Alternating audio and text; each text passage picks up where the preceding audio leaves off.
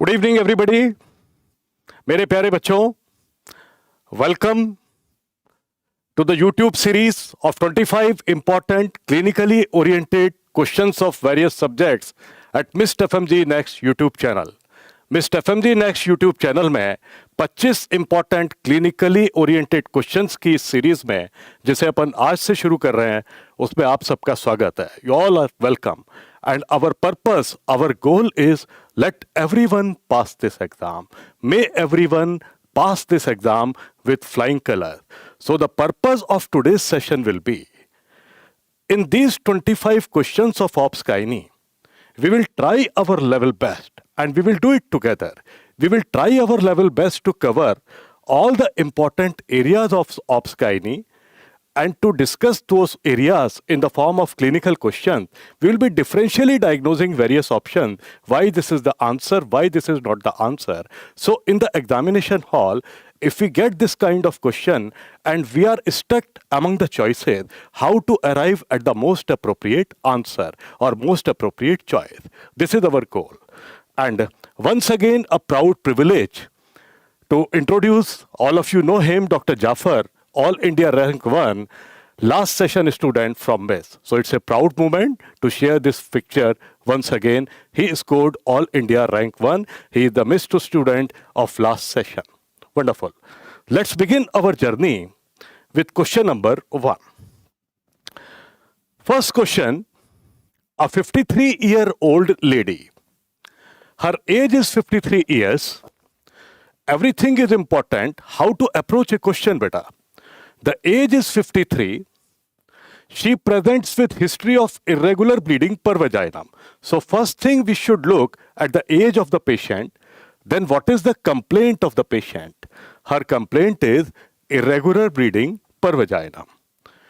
Series of investigations were done. The age is 53. She is almost a menopausal lady. And the complaint is irregular bleeding. So, of course, we will go through a series of investigation. Who will answer if a lady presents with irregular bleeding per vaginum in menopausal age, what is the next step? This is the chocolate question. So, this chocolate is for you. This is the chocolate question. And this one is the bigger one. Who will answer this question? A lady presents with irregular bleeding per vaginum and the age is menopausal. Important single liner question for our exam. What is the next step? Who will answer? No. I am not asking this question, beta. I am asking a different question. A lady presents with complaint of irregular bleeding per vaginum and the age is around menopause. What is the next step? The next step is ultrasound. The purpose of ultrasound is to see whether endometrium is thick or not. So single liner question number 1. A lady presents with irregular bleeding per vaginum in menopausal age. The next step is USG, ultrasound. The purpose is to see whether endometrium is thick or not, what is the status of cervix. Then we go for a screening test. If endometrium is thickened, the screening test is endometrial aspiration cytology. A screening test for cervical cancer is Pap smear. According to WHO, what is very good. The next step is USG. What is the screening test for cervical cancer according to World Health Organization? Who will answer this question? This is the chocolate question. This chocolate, the different one. What is the name of screening test for cervical cancer according to WHO? According to World Health Organization, what is the name of screening test for cervical cancer? That screening test is screen, triage and treat approach. That is the best one. Screen, triage and treat approach. It is a combination of HPV DNA and via visual inspection with acetic acid. So according to WHO, screening test for cervical cancer is combination of via visual inspection with acetic acid and HPV DNA. According to American College of Gynecology, it is Pap smear. Anyway, so her complaint is irregular bleeding per vaginum. Series of investigations were conducted and a necrotizing growth was seen in the cervix with lateral parametrium involvement. The growth is extending laterally. Who will answer what is the stage of cervical cancer if cervical cancer is extending to parametrium? Who will answer the question? Cervical cancer extending to parametrium, what is the stage? Cervical cancer extending to parametrium, the stage is 2B. 2B. Upper two-thirds of vagina involved, 2A. Upper two-thirds of vagina along with parametrial involvement, the stage is 2B. What is 1A1? Less than 3 millimeter. A2, 3 to 4. B1, what is B1? 5 mm or more than 5 mm but less than 2 centimeter. B2, 2 centimeter or more than 2 centimeter but less than 4 centimeter. B3, 4 or more than 4 centimeter. 2A, upper two-thirds of vagina involved. 2A1 less than 4 centimeter, 2A2 4 or more than 4 centimeter, 2B upper two-thirds of vagina as well as parametrial involvement. And in management of cervical cancer, what is the management of cervical cancer for 2B? Chemoradiation. So answer to this question is chemoradiation. What is the management for cervical cancer for 1A1? 1A1 if she is young and nulliparous, correlation. Multiparous, total abdominal hysterectomy means type 1 hysterectomy. Let me show you various stages of cervical cancer. Have a look here. These are various stages of cervical cancer. This is 1A1, as you can see here. The 1A1, the invasion is less than 3 millimeter. 1A2, 3 to 4 millimeter. Then 1B1, this is the 1B1, 2 mm or more than 2 mm, but less than 1B1. 1B1 is 5 mm or more than 5 mm, but less than 2 centimeter. 1B2 is 2 millimeter or more than 2 millimeter, but less than 4 centimeter. And 1B3 is 4 or more than 4 centimeter. 2A, you can see, upper two-thirds of vagina is also involved. This is 2A. And you can see what is 2B. 2B cervical cancer, which is extending to parametrium. And what is 3A? 3A is involvement of lower one-third of vagina. If lower one-third of vagina is also involved, that is 3A. And this is how we do hysterectomy. This is total hysterectomy. This is also called total abdominal hysterectomy or type 1 hysterectomy or type A hysterectomy. This is radical hysterectomy, which is type 3 hysterectomy, which is also called type C hysterectomy. In type 3 hysterectomy or type C hysterectomy, we are removing uterus, we are removing fallopian tube, we are removing entire cardinal ligament, entire uterosacral ligament, major part of uterine artery, and almost half or 3/4 of vagina. That is radical hysterectomy or type 3 hysterectomy or type C hysterectomy. What is type 2 hysterectomy? Type 2 hysterectomy is also called type B hysterectomy. In type 2 or type B, we are removing only the medial half of uterosacral and medial half of cardinal ligament, 1 centimeter of vagina, a small part of uterine artery. So type 2 hysterectomy, less structures removed. Type 3 hysterectomy, more structures are removed.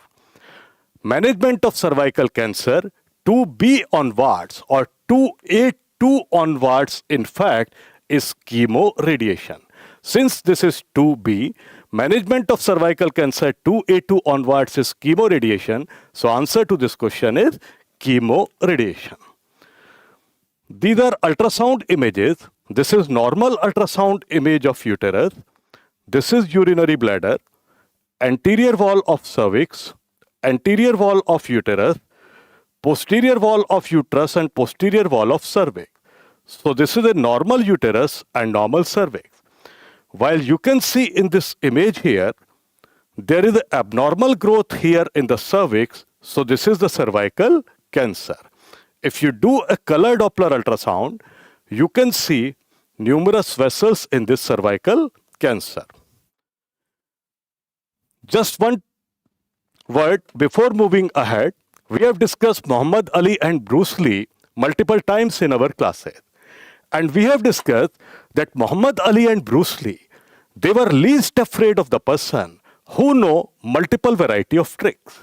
But they were most afraid of the person who have practiced single kick multiple times.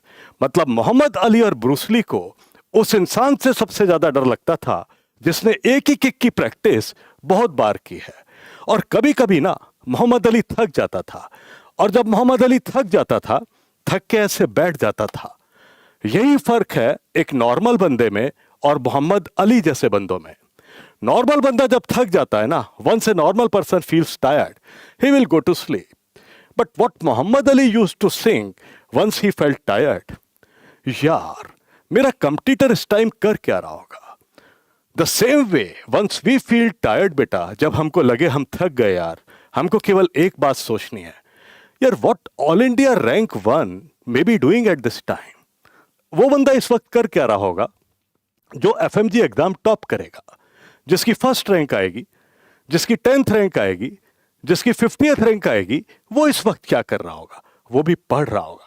तो जब भी कभी low feel करो, just start studying, just pick up the momentum, go to your studies with concentration. सिर्फ एक चीज सोचो यार, वो क्या कर रहा होगा जो टॉप करेगा इस एग्जाम को, वो क्या कर रहा होगा जो 10th रैंक लाएगा, 100th रैंक लाएगा, जिसके 225, 230, 240 नंबर आएंगे। Same way we will pick up the momentum for our studies. Next question बेटा, let's read the question. 18-year-old girl, her age is 18 years.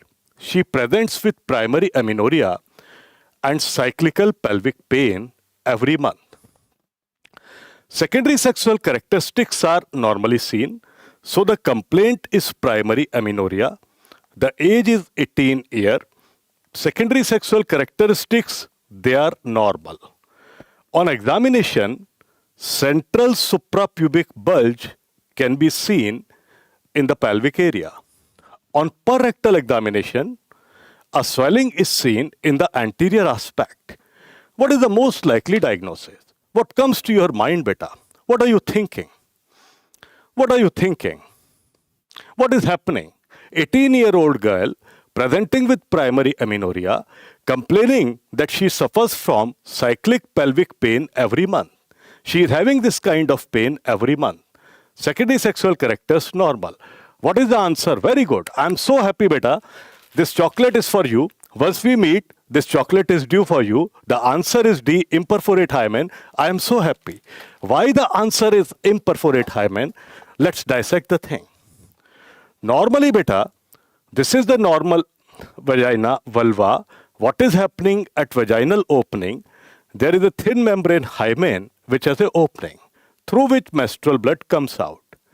Imperforate hymen, there is no opening here. The opening is absent. So whatever endometrial shading is happening every month, the blood is collected inside. So this is the case of imperforate hymen. And how do we diagnose this blood with ultrasound? You can see this is the uterus and this is the cervical area. Who will answer this question? What is this black area in the cervix, beta? What is this black area in the cervix? This black area. What is this black area in the cervix? Who will answer this question? The chocolate question. Chocolate for this question. Who will answer this question? Chocolate for this question. What is this black area? What is this black in the cervix? What is this black area in the cervix? Fluid. This is fluid. Fluid appear black in ultrasound. Fluid appear black in ultrasound. So what is the management for imperforate hymen? Management for imperforate hymen, beta, it is the cruciate incision. What are few important MCQs related to imperforate hymen? What is the most common cause of cryptomenorrhea? Imperforate hymen.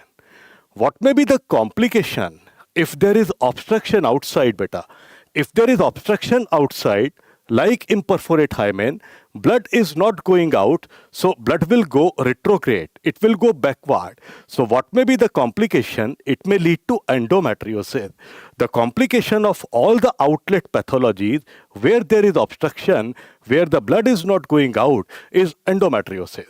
So complication of imperforate hymen, transverse vaginal septum or vaginal atresia is endometriosis. So this imperforate hymen is a very important image question for our exam.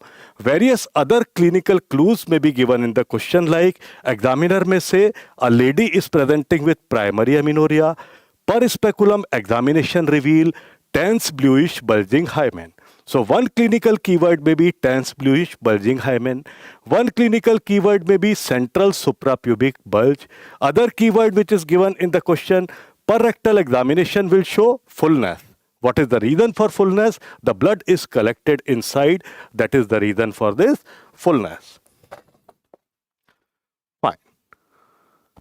जिंदगी में बेटा वो करना जो करना चाहिए, लेकिन तभी कर लो जब करना चाहिए.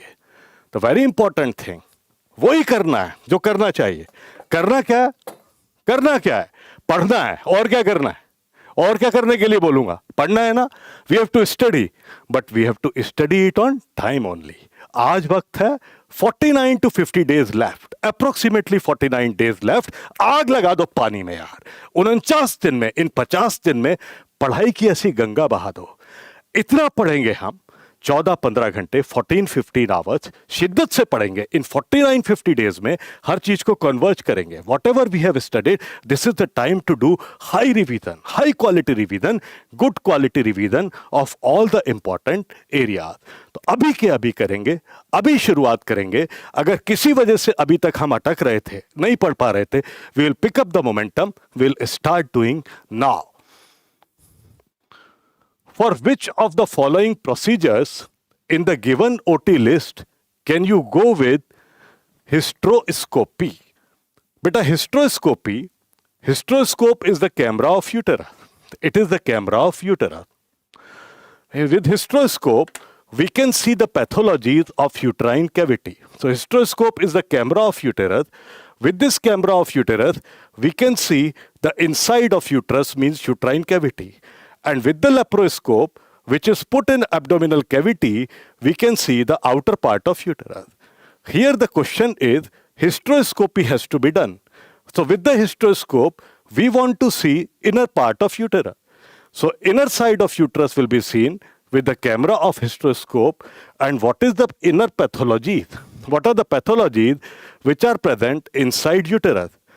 Polycystic ovarian syndrome, they are outside uterus. Asherman syndrome, fibrous bands inside uterus. So this is the pathology which can be diagnosed with hysteroscope.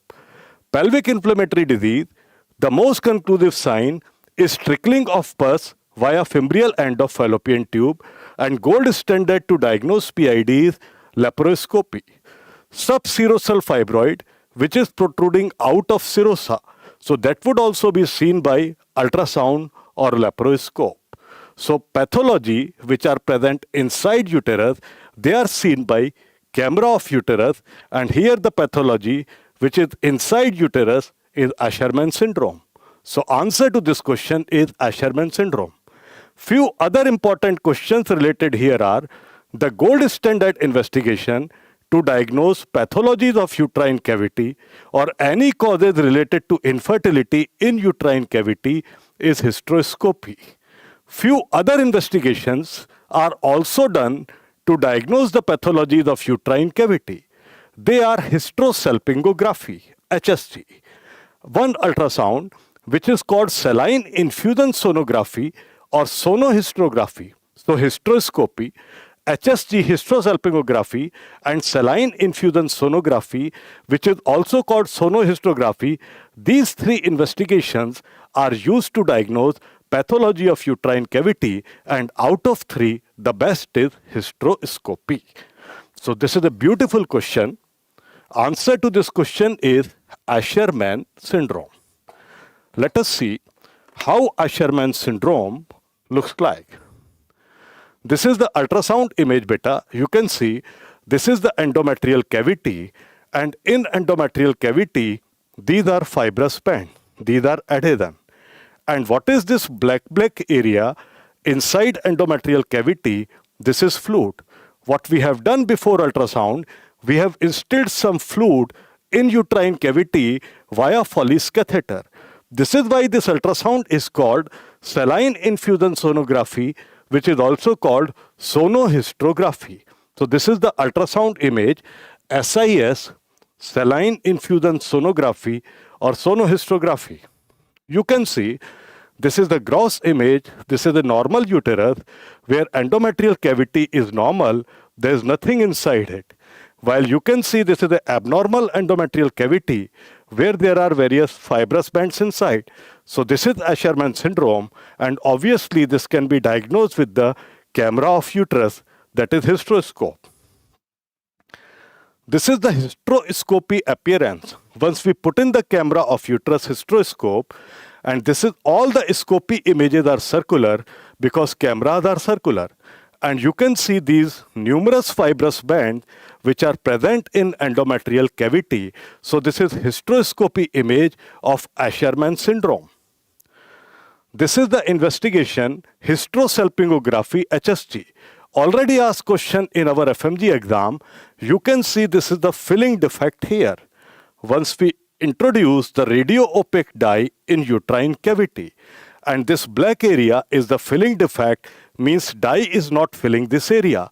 So this is the HSG appearance of Asherman syndrome, which shows multiple irregular filling defects. This is polycystic ovarian syndrome.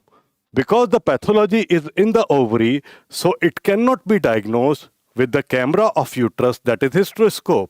Obviously, these pathologies can be seen by ultrasound or by the camera of abdominal cavity, that is laparoscope. PID, this is the laparoscopy image of PID. If we put in the laparoscope here in abdominal cavity, as a result of inflammation, once fibrous bands develop in abdominal cavity like this, in laparoscopy, these fibrous bands are seen like this. And who will answer this question? What is the name of this laparoscopy appearance which is seen in PID? What is the name of this laparoscopy appearance which is seen in PID? What is the name of this laparoscopy appearance which is seen in PID? Name of this laparoscopy appearance is very good. Urographene dye is used. Very good, beta. And this is fifth syndrome. Very good, Avnish. Very good. Anne Marie. Very nice. Wonderful. And the name, violin string sign. Disha is the first one to answer. Disha is the first one to answer. This chocolate is for you, Disha. Wonderful. Wonderful. Anne Marie, Shrishti, Rajneet. Very good. Very good. I am so happy. Wonderful, wonderful. Everyone is doing wonderful job. So this is violin string sign, which is seen in chronic PID. This is a laparoscopy sign. Who will answer this question? This is the ultrasound image, which is seen in chronic PID. What is the name of this ultrasound image? What is the name? I'm waiting, beta. I'm waiting for your answer. Cogwheel sign. Wonderful. Very nice. So this is cogwheel sign. This is seen in chronic PID. So what can be diagnosed by hysteroscopy? The pathologies which are inside uterine cavity. And in these four options, the pathology which is in uterine cavity is Asherman syndrome. Beta, life is measured in days. बड़ी खूबसूरत सी बात है. जिसने दिन संभाल लिए, उसने जिंदगी संभाल ली. अभी भी हम बात कर रहे थे ना, जिंदगी में जो करना है वो करो, लेकिन जब करना है तभी करो. जिंदगी में जो भी करना है वो करो, लेकिन जब करना है तभी करो. एक एक दिन संभालना पड़ेगा बेटा. एक एक दिन कीमती है. One day is important. मत भूलो उस टाइम को जब हम उड़े थे हवाई जहाज से, यूनिवर्सिटी गए थे पढ़ने. Our parents sent us to respective university and they were waiting for this day when we will be having this stethoscope and white apron and we will be roaming in the wards in medical colleges and hospitals in India. They are eagerly waiting. हमारे parents बड़ी शिद्दत से इंतज़ार कर रहे हैं उस दिन का. एक एक दिन इम्पॉर्टेंट है. हर दिन को कम से कम 12-14 घंटे ढंग से पढ़ाई करेंगे, रिवाइज करेंगे. जिसने अभी तक थोड़ा ढीला पढ़ के पढ़ा है ना, अभी ढंग से नहीं पढ़ा, अब कमर कस लो. पिक अप द मोमेंटम यार. 49 डेज गेम चेंज कर देंगे इन 49 डेज में. सब कुछ पढ़ा है, अब कन्वर्ज करने का और रिवाइज करने का टाइम आ गया. ढंग से कर लो please. A pregnant lady comes to the clinic. She delivered triplets 4 years back. A pregnant woman comes to the clinic. She delivered triplets 4 years back. So 3 fetuses, triplets were delivered 4 years back. And she delivered twins 2 years ago. What is her obstetric score? What is her obstetric score? What is her obstetric score? Who will answer this question? Who will answer this question? This chocolate. Who will answer this question? Who will answer?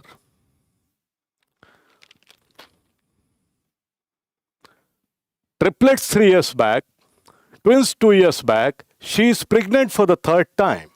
G stands for gravida and P stands for parity, that is number of delivery beyond the age of viability. So according to this question, beta, according to this question, she is pregnant for which time? She is pregnant for third time. Delivered triplets once, delivered twins once. Now she is pregnant for 3 times. And how many times she has delivered? 2 times. So her obstetric score is G3P2. Number of fetuses are not taken into consideration. Whether she delivered a single or twins or triplets, it does not matter. Gravida means number of conception. Conception, just how many times fertilization occurred. Parity, number of delivery beyond 20 weeks of pregnancy. Very important formula. Competency plus consistency is equal to compounding. Competency. We have become competent by studying and going through various revisions. We all have been giving various tests as well since long time. So we have become competent. But this competency has to be maintained with consistency of every day. We have to study, we have to revise, we have to maintain the momentum daily, then there will be a compounding effect. And this compound effect will take our score to 225, 210, 230, 240. That's called compound effect. Our score, our marks will jump from somewhere around 150 to 160 to 220, 230, 240. We know the subject, we know the topics, we are understanding, we are revising, but we will maintain the consistency with daily revision and study. जब कड़ी मेहनत पर सफलता का रंग चढ़ता है तो खिलखिला उठता है. Happy to share the pic of various students of last session who passed the exam, and when they came to Delhi to collect their certificate at NB office, then they came to MIST. So very happy moment once we meet those past students, and once they come. At some joke, we were laughing, an online live class was going on.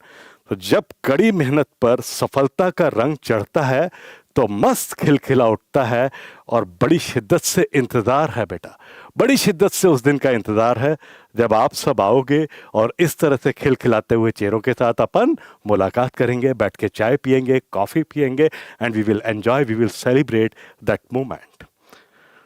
Next question बेटा.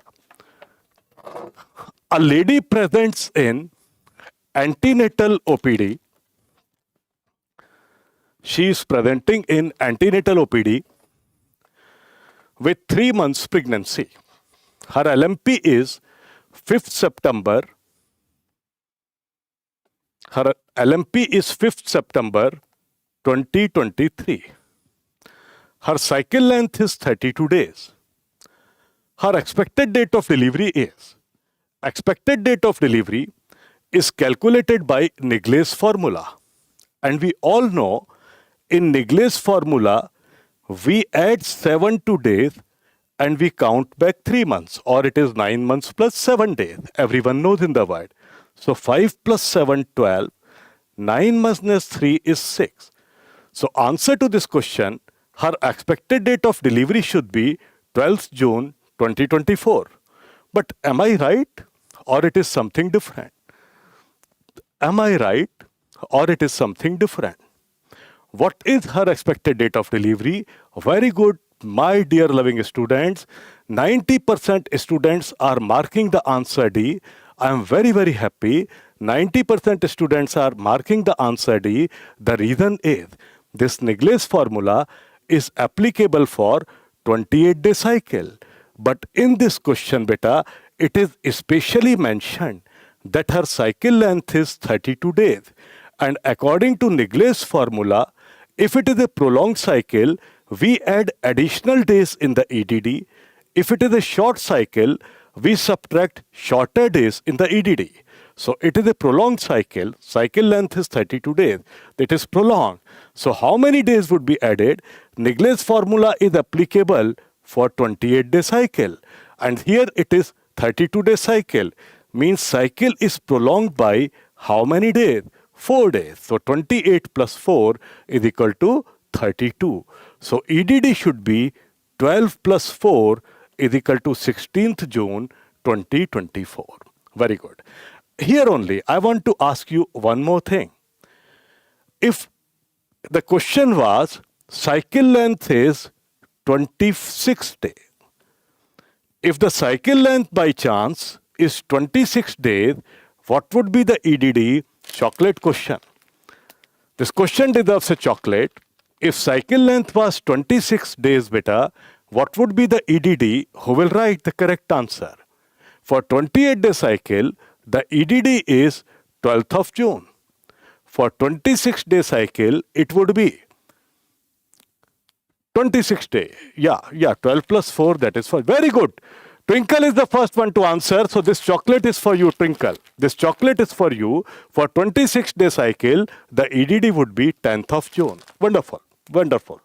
For 26-day cycle, it would be 10th June 24. Very nice. Wonderful. I'm so happy.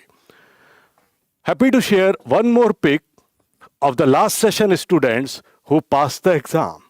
Because they followed the rule, my tomorrow will be better than my today, which is directly proportional to success.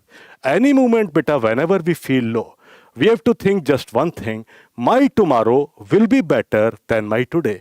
मेरा आने वाला कल मेरे गुजरे हुए आज से बेहतर होगा. आज मैंने टारगेट बनाया था, it was a target for 16-hour study or 18-hour study. I could not accomplish it due to any reason, beta. It may happen with anyone. We all are human beings, you know. किसी के साथ भी कभी भी हो जाता है. मैं भी कभी सोचता हूँ यार, आज मेरे को ना 12 घंटे काम करना था और कभी 6 घंटे कर पाता हूँ. उदास होता हूँ, मन छोटा हो जाता है, but immediately I try to bounce back और फिर मैं ये सोचता हूँ मेरा जो कल आएगा वो आज से बेटर होगा. जब भी कभी लो फील करो बस इतना सोच लेना, my tomorrow will be better than my today. जब भी ऐसा सोचोगे सब जल्दी जल्दी जल्दी जल्दी पास होते जाओगे.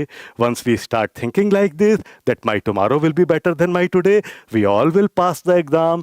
Then we will come to NB to collect the certificate. Then we will meet at MIST also and they will be very very happy moments. उन पलों के इंतज़ार में, उन पलों का केवल इंतज़ार है जब NB आओगे, सर्टिफिकेट लोगे, मिस्ट आके हमारा लिए बड़ा प्लेजर होगा. अगर हमसे मुलाकात का मौका मिलेगा हमको आपसे मुलाकात करने का, उस दिन का सबको बड़ी शिद्दत के साथ इंतज़ार है. और वो इंतज़ार कैसे पूरा होगा? जब हम हर दिन की वैल्यू मानेंगे. जिसने दिन पहचान लिए उसने ज़िंदगी पहचान ली, जिसने दिन संवार लिए उसने ज़िंदगी संवार ली. करना जो है वो कर लो, लेकिन अभी कर लो. जब जरूरत है तभी कर लो. तो हमें कब करना है? हमें अभी करना है. अभी से मोमेंटम बना के रखना है. Eat 5 to 6 almonds and 1 to 2 walnuts daily. That's the rule of the game. रोज बेटा 5 से 6 बादाम खाने हैं और 1 से 2 अखरोट खाने हैं. सैलड्स एंड फ्रूट्स डेली खाना है. एंड सैलड्स एंड फ्रूट्स का फंडा होता है प्लेट भर पेट भर. जब भी लगे ना यार, once you feel the mess food, the PG food is very spicy और oily, just don't eat that vegetable. Either take some curd from mother dairy or Amul or some buttermilk, have rice or chapatis, but don't take too much of a spicy or fried thing.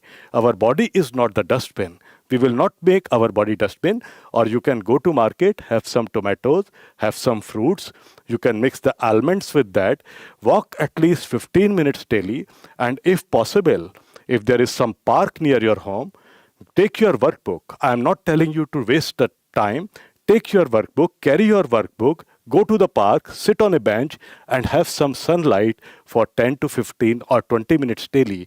That will really boost up our energy, because there are two best sources of energy in the world. One is sunlight another one is sleep. So this is how the definition of salad and fruits is पेट भर plate भर, पेट भर plate भर. Just a glimpse, so don't be afraid, don't take these salads and fruits like the pickle, just have full plate. Anyway, the next question. A primigravida lady presents with 6 weeks amenorrhea. She is a primigravida lady and she is presenting with 6 weeks amenorrhea, complaining of bleeding per vaginum.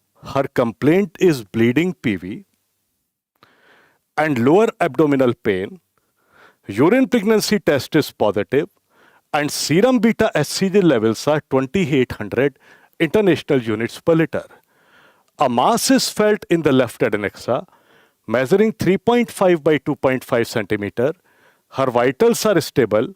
How will you manage this patient? So by looking at these 4 to 5 lines, what comes to our mind? The complaint is amenorrhea. She has missed the period. Pregnancy test is positive and there is left adnexal mark. And beta HCG levels are 2800 international unit. So this is a case of ectopic pregnancy. And management of ectopic pregnancy is divided into expectant management, medical management, surgical management. Expectant management is done if beta HCG levels are less than 1000 international units. Medical management is done if they are between 1000 and 5000. And ectopic mass size is less than 4 centimeter. You can see the levels of beta HCG here are 2800. So they fall between 1000 to 5000 international units per liter. Ectopic mass size is 3.5 into 2.5. So it is very well less than 4 centimeter. So this is the indication for medical management. And medical management for ectopic pregnancy is done with methotrexate. Expectant management is done if beta HCG levels are less than 1000. So expectant management is of no use here since the beta HCG levels are 2800. Laparoscopic unilateral salpingectomy, surgical management is done. When we do surgery for ectopic pregnancy, if beta HCG levels are 5000 or more than 5000 international units per liter, ectopic mass size is 4 centimeter or more than 4 centimeter, cardiac activity is present, that's not given in the question, or if there is no response to medical management. Since two clinical keywords present here, HCG levels 2800 and adnexal mass size 3.5 into 2.5, so it very well fall under the category of medical management which is done with methotrexate. So surgical management is gone. Methotrexate should be the answer, but we are in the habit of going through all the 4 options. The 4th option is laparotomy and salpingectomy. No. So surgery is gone because HCG levels are less than 5000 and patient is hemodynamically stable. Nowhere it is written that she is unstable. So answer is methotrexate injection. Let me show you few images related to ectopic pregnancy. If this ultrasound image is given in our exam, this is the ultrasound of uterus you can see. This is uterus, this is fundus of uterus, and this E is endometrium. This is endometrium which is empty here. And you can see gestational sac here in the adnexal region. And you can even see yolk sac inside gestational sac. So this is very well a case of ectopic pregnancy because pregnancy is not inside uterus. This was the uterus and this was endometrial cavity. The cavity is empty and this pregnancy is very well outside the uterus. So that's an ultrasound image for ectopic pregnancy. Another ultrasound image where you can see this is the cervix and this is uterus. This is uterus here, this was cervix and this is uterus. What is this doing here? This is free fluid in pouch of Douglas or in peritoneal cavity. So this kind of free fluid indicate a ruptured ectopic pregnancy, means this blood is present in pouch of Douglas which looks like this on ultrasound. This is a laparoscopy image of ectopic pregnancy which is ruptured. You can see this is the blood. This blood is present in ruptured ectopic pregnancy. So surgical management for ectopic pregnancy is done. Let me revise you the management of ectopic, which is very, very important for our exam. If ectopic pregnancy is ruptured, what clinical clues you will get in the question?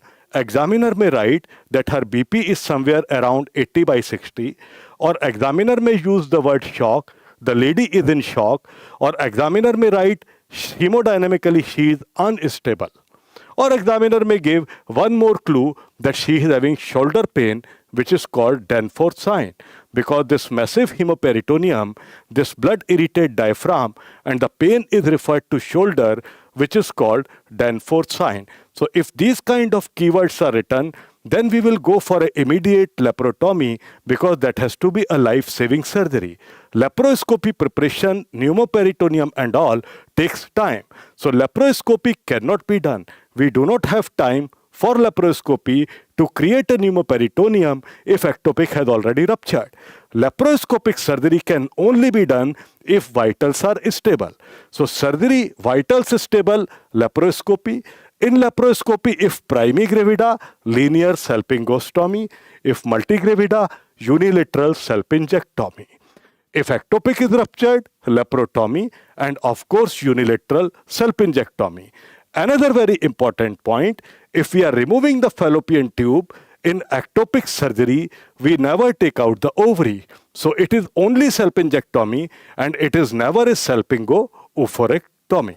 Because she is young lady, she is in reproductive age, estrogen is required not only for secondary sexual characters, but she wants future childbearing also. So only fallopian tubes are removed. Ovary is not removed. देखो बेटा, इतनी देर से हम बात कर रहे हैं ना कि रोज करना है, कंसिस्टेंसी मेंटेन करके रखना है. कंपिटेंट तो हम हो गए, we have studied, we have become competent, now we have to maintain the consistency. कभी कभी दिमाग में पता है क्या आएगा, यार अमित सर तो फालतू बोलते हैं, अमित सर तो बोलते ही रहते हैं, फालतू में डराते रहते हैं, फालतू में बोलते रहते हैं, पता नहीं यार ये कब देखना बंद होंगे हमको. लेकिन करने वाले ना जरिया ढूंढ लेते हैं, और ना करने वाले बहाना ढूंढ लेते हैं. यार कल कर लूँगा, यार परसों कर लूँगा, यार ये हमारा जो मन है ना, ये हमारा मन हमारा सबसे बड़ा दुश्मन है. ये हमको ऐसे ऐसे बहाने देगा यार कल ओबीजी के वीडियो आ जाएंगे ऐप में. Tomorrow OBG videos will be posted. I will revise tomorrow. सो जाता हूँ यार, सो जा तो भी बहुत अच्छा है. If you sleep it's beneficial.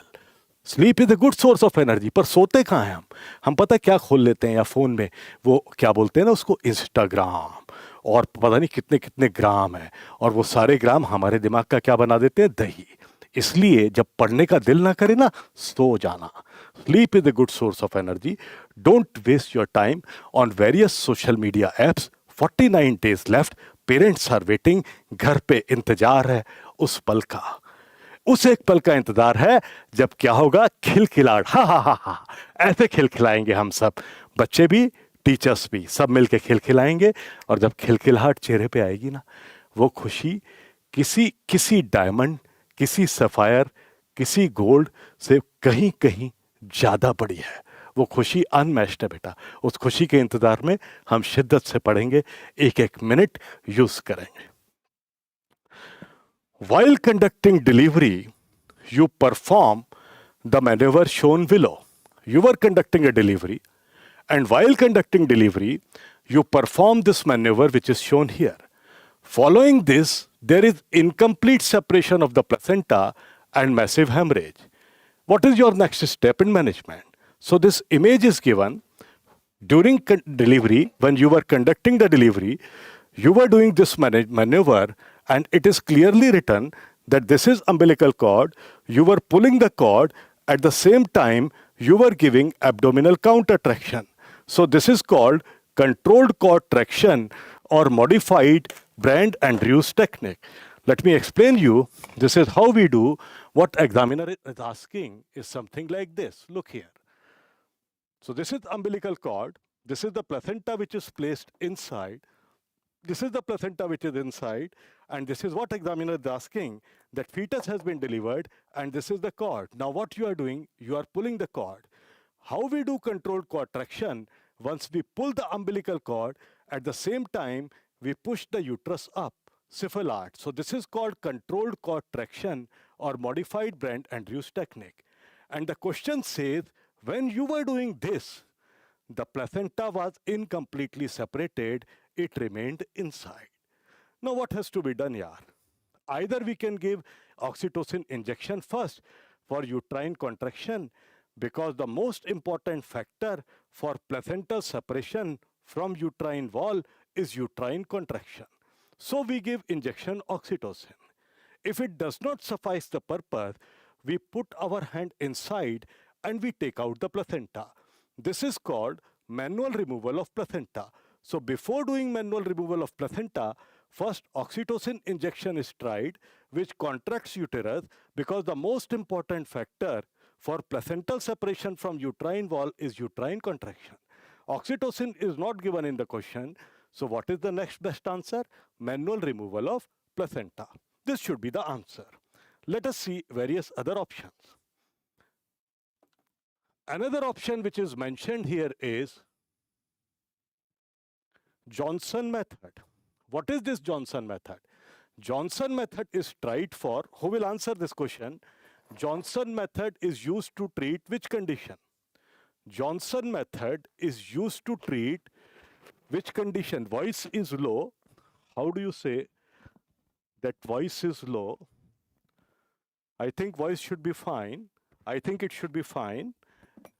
It's fine from my side. Can you hear me? Can you hear me? Can you hear me? Rakesh, Isha, Kanna, Avasthi, Minal. Voice is fine or not? Voice. Why are you saying low volume? I think everything is fine from my side. Everything is fine here. If I am audible, yeah. The answer is D. Voice is fine. I think voice is fine. Okay, voice is fine. So answer to this question is manual removal of placenta. But Johnson method is used to treat what? Uterine inversion. Wonderful. What is uterine inversion? In this process, if you are not doing controlled contraction and uterus turns inside out, that is called uterine inversion. And management for uterine inversion, the first maneuver is Johnson method. This is the image of manual removal of placenta beta. This is what we did in this question. We introduced our hand inside. And manually we are taking out the placenta. This is called manual removal of placenta. So this is the management if placenta was incompletely separated and it remained inside the uterus. If uterine inversion occurs, these are the 4 degrees of uterine inversion. In first degree of uterine inversion is when uterus turns inside out. First degree, you can just see a dimple at uterine fundus. Second degree inversion, you can see the inversion up to the level of internal os. Third degree, you can see up to external os. And in fourth degree, whole uterus turns inside out. So there are 4 degrees of uterine inversion. The first maneuver to treat uterine inversion is Johnson method, and this is the Johnson method. How do we treat uterine inversion? Manual reposition of uterus inside. This is called Johnson method beta. We are repositing uterus inside. This is called Johnson method, which is the first maneuver to treat uterine inversion. So read the question very, very carefully. In this question, nowhere uterine inversion was mentioned. What was mentioned in the question that placenta was incompletely separated. So now our goal is to take out the placenta. If oxytocin was given in the question, that would have been the better answer. Since oxytocin is not given, the next best answer is manual removal of placenta. So Johnson method is gone. Uterine massage is done once everything is out. Then we give uterine massage.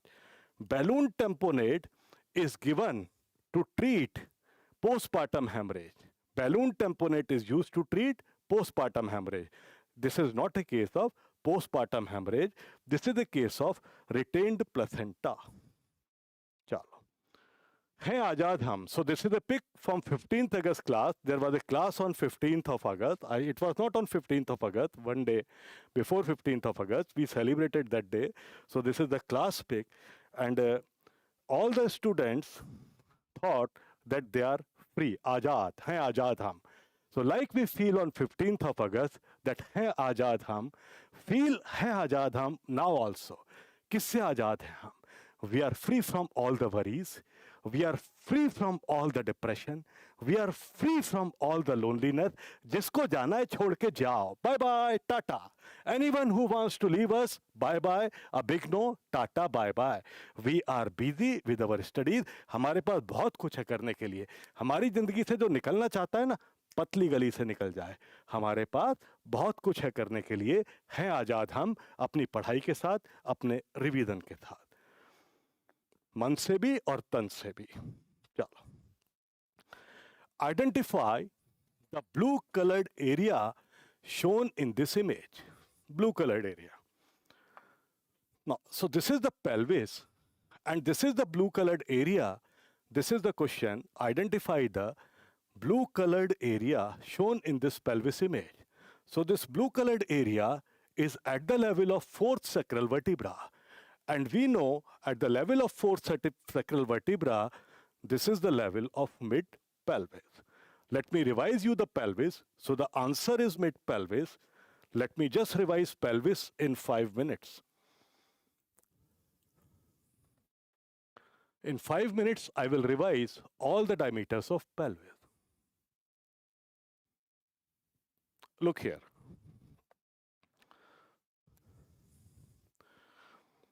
Let me come near you and let me revise all the diameters of pelvis. Look here. So this top of pelvis is pelvic inlet and this bottom is pelvic outlet. Pelvic inlet, there are 3 anterior-posterior diameters. All 3 begin posteriorly from one common point, which is midpoint of upper margin of sacral promontory. If it is reaching up to upper border of pubic symphysis, true conjugate, to mid-pubic symphysis, obstetric conjugate, to lower border of pubic symphysis, diagonal conjugate. True conjugate 11 centimeter, obstetric conjugate 10.5, and diagonal conjugate 12 centimeter. Transverse diameter of inlet is between 2 farthest points on iliopectineal line, 13 centimeter. Oblique conjugate of inlet is between sacroiliac joint on one side and iliopubic eminence on opposite side, 12 centimeter. The catch is right oblique begins from right sacroiliac joint. Inlet diameter fitted. Mid-pelvis diameter, anterior-posterior diameter between lower border of pubic symphysis and junction of S4 and 5 sacral vertebra. This is the level of mid-pelvis, which is also called obstetric outlet. And transverse diameter of mid-pelvis is between 2 ischial spine, interspinous diameter 10 centimeter. Mid-pelvis is also called obstetric outlet. Now, anatomical outlet, anterior-posterior diameter between tip of coccyx and lower border of pubic symphysis, again 11.5. And transverse diameter of outlet is between 2 ischial tuberosities, 11 centimeter. That is called intertuberous diameter. Plane of least pelvic dimension is at the level of mid-pelvis, which is also called obstetric outlet. And what is pelvic cavity? Pelvic cavity is between inlet and mid-pelvis. That is at the level of S2. That is the roomiest part of pelvis, the plane of greatest pelvic dimension. So the answer to this question is mid-pelvis. Now, few important images related to pelvis, which are asked in our exam, already asked questions in our exam. How do you identify? Caldwell-Molloy gave this classification of pelvis on the basis of shape of inlet. Already asked question in our exam. So this classification of pelvis was given by Caldwell-Molloy. If the inlet is round, this is called gynecoid pelvis. If transverse diameter of pelvis is much larger, this is called platypeloid pelvis. If anterior-posterior diameter of pelvis is much larger, anthropoid pelvis. If anterior part of pelvis, fore pelvis is much smaller than hind pelvis. This is called android pelvis or heart-shaped pelvis. This is android or heart-shaped pelvis. Important questions here. Prominent ischial spines are seen in android pelvis. Because anteroposterior diameter is much larger, there is hardly any transverse diameter. Maximum difficulty in rotation of head occurs in anthropoid pelvis. This is why occiput directly settles here, like this. This is why direct occipitoposterior position or persistent occipitoposterior position is commonly seen in anthropoid pelvis, while deep transverse arrest is common in android pelvis, like this. Because of prominent ischial spines, deep transverse arrest is common in android pelvis, like this. The occiput is stuck at the level of ischial spines, like this. So deep transverse arrest is common in android pelvis. While persistent occipitoposterior or direct occipitoposterior, this is common in anthropoid pelvis. This is why face to pubis delivery may occur in which pelvis? Face to pubis delivery may occur in anthropoid, like this, because face is towards pubis, like this. The fetus may deliver like this. So face to pubis delivery is possible in anthropoid pelvis. Direct occipitoposterior, persistent occipitoposterior, anthropoid pelvis. Deep transverse arrest, android pelvis. Prominent ischial spines, android pelvis. Now, who will answer this question? I am waiting for your answer. This is the chocolate question. Now,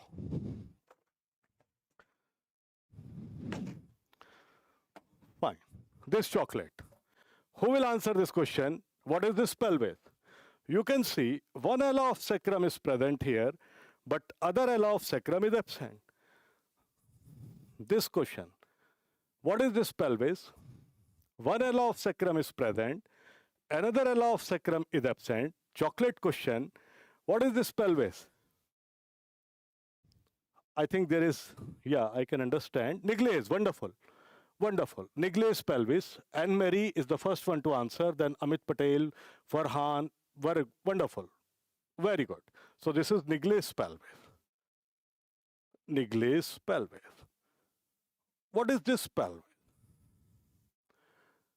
What is this pelvis? Who will answer this question? This chocolate question, this one, this chocolate question. Who will answer this question?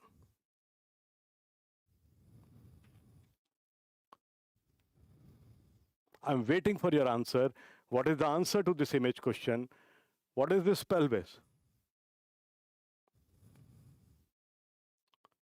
This pelvis is... No, this is not Robert. Ashish, this is not Robert's. This is not Robert's. See, why this is not Robert's? This is why I especially asked this question. Both ala of sacrum are present, beta. So this is not the problem with ala of sacrum. Both the ala of sacrum are present. So this is not the Robert's pelvis. This is triradiate pelvis. This is triradiate pelvis. You can see here the ischial tuberosities are fused together. This is triradiate pelvis. Ischial tuberosities are fused together. This triradiate pelvis is seen in osteomalacia in adults. Who will answer this question? What is this pelvis? Who will answer this question? What is this pelvis? This chocolate question, this one. Who will answer this question? What is this pelvis? Triradiate we are done. Triradiate we are done. Yeah, I know. Takes little time for display. Yes, this is what I am asking. Bean shape, wonderful. Twinkle is the first one to answer. Very good. This chocolate is for you, Twinkle. This chocolate is for you. This is bean-shaped pelvis, which is seen in severe rickets in children. So bean-shaped means compressed pelvis is seen in severe rickets in children. Nigles pelvis, one ala absent. This is triradiate pelvis, which is seen in severe osteomalacia in adults. Wonderful. Observe your breathing for at least 10 minutes every day. I have told you in the classes as well to all the students who are watching this video, I am not telling you to do any deep breathing exercise, but I am just asking you to observe your breathing. The breath is going in, the breath is going out. You just be aware of this breathing. सांस अंदर आ रहा है, सांस बाहर आ रहा है, बस इसको देखना शुरू करो, जिंदगी बदलना शुरू हो जाएगी. कैसे, ये मत पूछना. जब बदलने लगे 2-4 महीने में, तब मुझे बताना सर क्या क्या चेंजेस आ रहे हैं. Next question.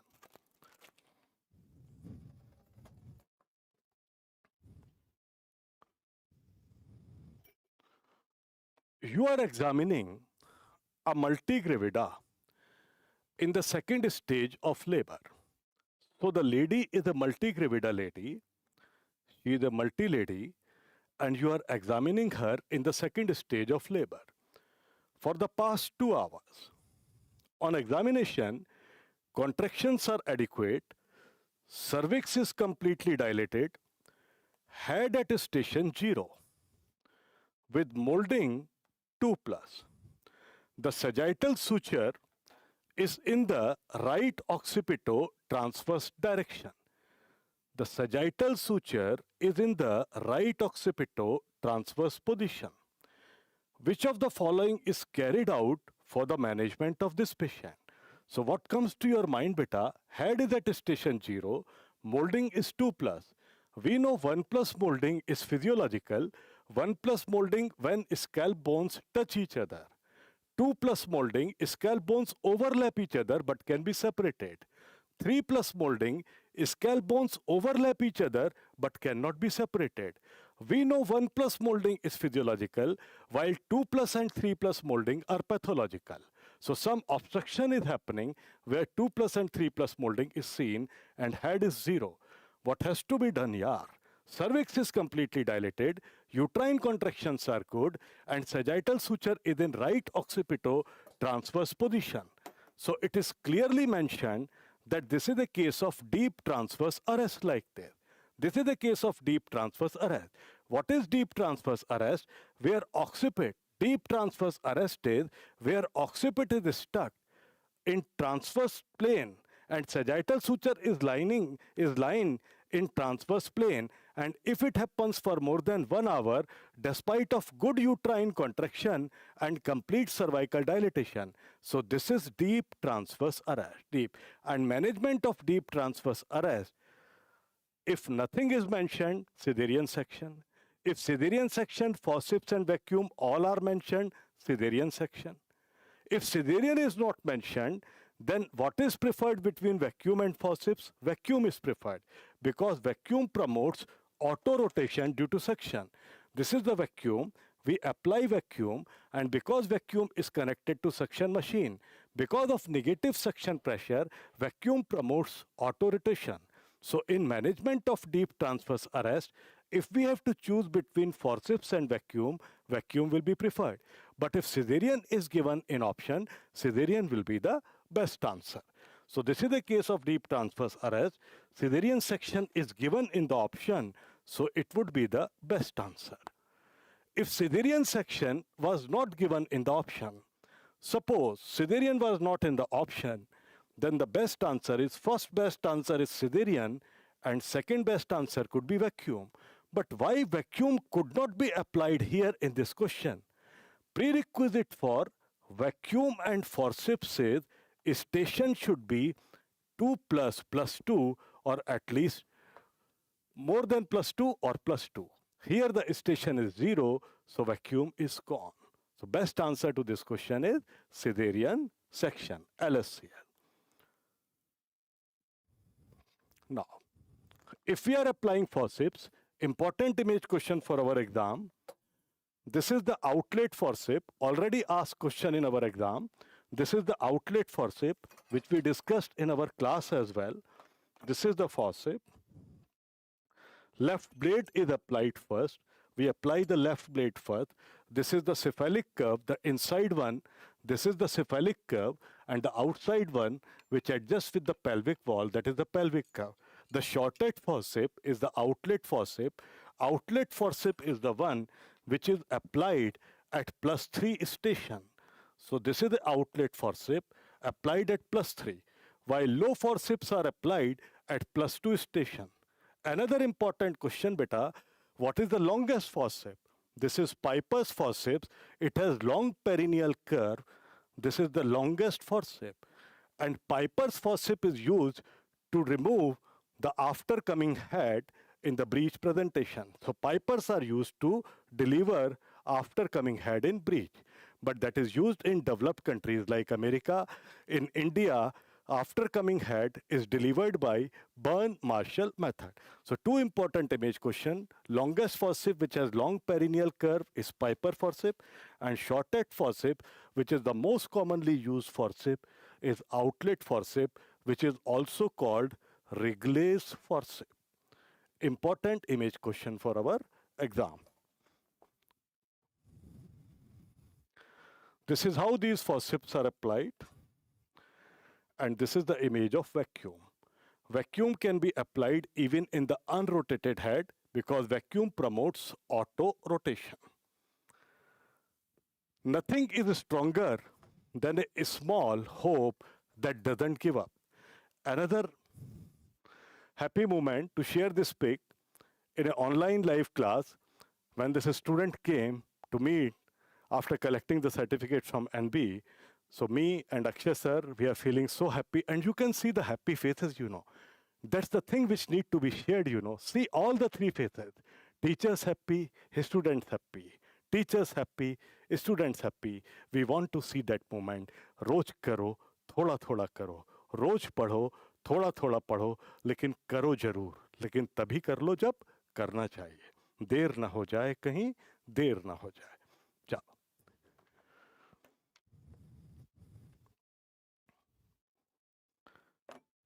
A 23-year-old lady.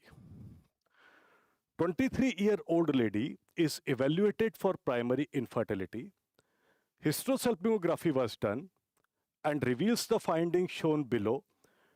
What is the anomaly seen in the image? I hope everyone will answer. This is such a simple question. Who will answer this question? What is this abnormality of uterus? Who will answer? Very good, D. Wonderful. This is unicornuate uterus. Everyone is answering because nothing is present on other side. What is this? Who will answer my question? What is this, beta? Who will answer? Identify the area marked by the arrow. What is this? Who will answer my question? Now, identify the area marked by the arrow. Which area, which structure, which instrument I have marked with the arrow? What is this? Identify the instrument marked by the arrow. What is this?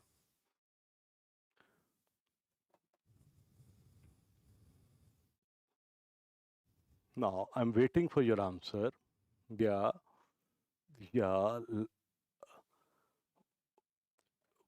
What is this? Leach-Wilkinson cannula. Wonderful. I am so happy, beta. This is Leach-Wilkinson cannula. Anyway, so answer is unicornuate uterus. Let us see various other images. This question was asked in our exam as an image question. Already asked question in our exam. What is this instrument? This is Leach-Wilkinson cannula. How do we identify Leach-Wilkinson cannula? Why this is Leach-Wilkinson cannula? It has funnel-shaped tip. Already asked question in our exam. It has funnel-shaped tip with serration. So this is Leach-Wilkinson cannula. And this Leach-Wilkinson cannula is used to instill radio-opaque dye in uterus. And name of the radio-opaque dye. So this is the Leach-Wilkinson beta, as you can see. This is Leach-Wilkinson cannula. And this is the funnel-shaped tip. And this funnel-shaped tip has serrations also, as you can see. This funnel-shaped tip has serrations also. Already asked question in our FMG exam. This is Leach-Wilkinson cannula, and it is used to instill radio-opaque dye for the purpose of hysterosalpingography. The name of the dye is urographin. It is used to instill methylene blue dye also for laparoscopic chromoperturbation. Already asked question in our exam. Which dye is used for laparoscopic chromoperturbation? Methylene blue. So they are instilled via this Leach-Wilkinson cannula, and identification is by funnel-shaped tip with serration. This is the funnel shaped tip with serration. This is how we identify it. And it looks like this in HSG image. We have marked with the arrow. Anyway, this is a normal HSG image beta. This is normal hysterosalpingography. Very important MCQs. HSG is very frequently asked in our exam. This is a normal HSG. This is a normal uterus, right fallopian tube, left fallopian tube. You can see the radio opaque dye is entering uterus, then entering fallopian tube. Voice is low. Somebody said that voice is low. Let me check why the voice is low. Let me just check for a moment that why the voice is low. Just give me a moment. Yeah.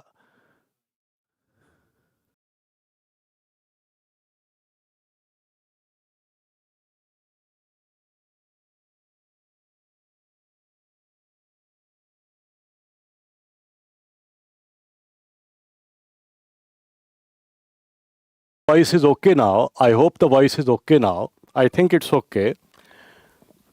Please let me know, beta. The voice is okay. So this is normal HSG, radio opaque dye, urographin dye, fills uterus, fills fallopian tube, and comes out of tube, which is called a spill of the dye. So this is normal HSG. Who will answer, what is this abnormality seen on HSG? What is this abnormality which is seen on HSG? All good. Thank you very much. Thank you so much. This abnormality beta, this is uterine didelphys. Because you can see in uterine didelphys, there are two vagina. You can see two Leach-Wilkinson cannula. Because there are two vagina, so we need two Leach-Wilkinson cannula and none of them are fused together. This is uterine didelphys or double uterus. We know uterine didelphys may have one vagina or two vagina. Bicornis bicollis is also called uterine didelphys now. This is a case of bicornuate uterus. This angle is wider, 105 or more than 105 degree, and the distance between two cornu is 4 centimeter or more than 4 centimeter. So this is bicornuate uterus. While this one is a septate uterus, how do we differentiate bicornuate with a septate? The distance between cornu, if less than 4 centimeter, this is septate. If it is more than 4 centimeter, it is bicornuate. And the intercornual angle, if it is 75 degree or less than 75 degree, it is septate. If it was 105 degree or more than 105 degree, it was bicornuate. Very important image question for our exam. This is the hysteroscopy image of another congenital malformation. And I know that every one of you can answer this important question very well. What is this congenital malformation of uterus? This is the hysteroscopy image. And we know the hysteroscopy see the inner part of uterus, while laparoscopy see the outer part of uterus. Very simple, pure mathematics, very good. I am so happy to see all your answers. This is the case of septate uterus. So this is very important MCQ. This is hysteroscopy image of septate uterus. This is the septa which is present like a wall in the midline. Now, who will answer this question? This is the laparoscopy image, and this laparoscopy image is of which congenital malformation? Very simple to understand that there are two cornua, means uterus is fused in the lower part. Here the uterus is fused, but it is not fused in the upper part. The upper part of uterus, they are separate, while it is fused in the lower part. So this abnormality is, of course, a bicornuate uterus. So this is the laparoscopy image of a bicornuate uterus. Fine. Another moment, feeling happy to share, the student who came to meet after passing the exam, she came with her father, and you can see the proud father. You can see the smile on the proud father. Salute to the father for their hard work. She came with her father, and we all are waiting for you.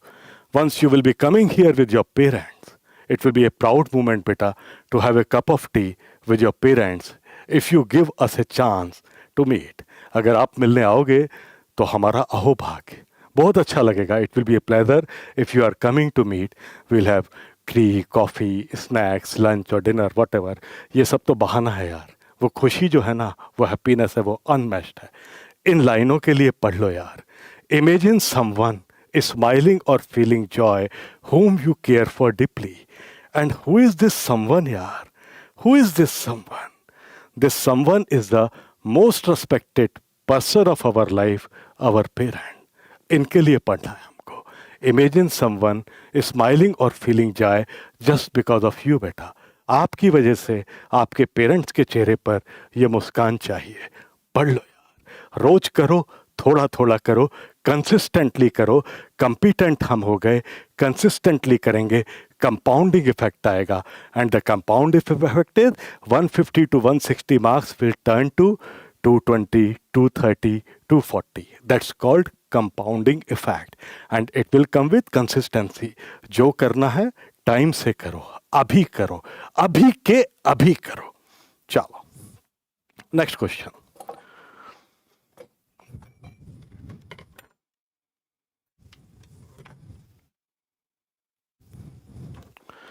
A 32-year-old lady. Her age is 32 years. She is on oral combined pills. She was taking OCPs for the past 6 months. Now she is presenting with amenorrhea. Another keyword in the question. She is presenting with amenorrhea for past 6 weeks. What would be the best method of assessing the gestational age of the fetus in this patient? Why? Because she does not remember the LMP. Why she does not remember LMP, beta? Because she was taking oral combined pills. She might not be menstruating. Because she was taking oral combined pill. So she does not remember her LMP. And we know 2 questions here. Best clinical assessment of gestational age is done by, who will answer this question? Best assessment of gestational age, the clinical assessment. Who will answer this question, beta? Best clinical method for assessment of gestational age. Who will answer this question, beta? Best clinical method for assessment of gestational age is by, beta, crown rump length is the best method. But if in the question you get best clinical method, then answer is fundal height estimation.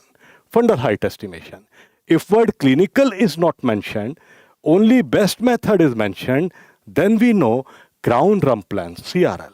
So CRL by USC is the best answer to this question, assessment of gestational age. So if a lady does not remember her LMP, if she forgets, gestational age is calculated by crown rump length.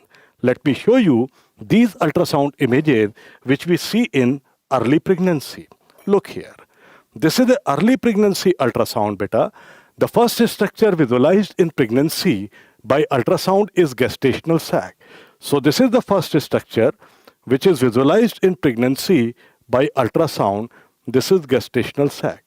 The second structure which is visualized in pregnancy by ultrasound is yolk sac.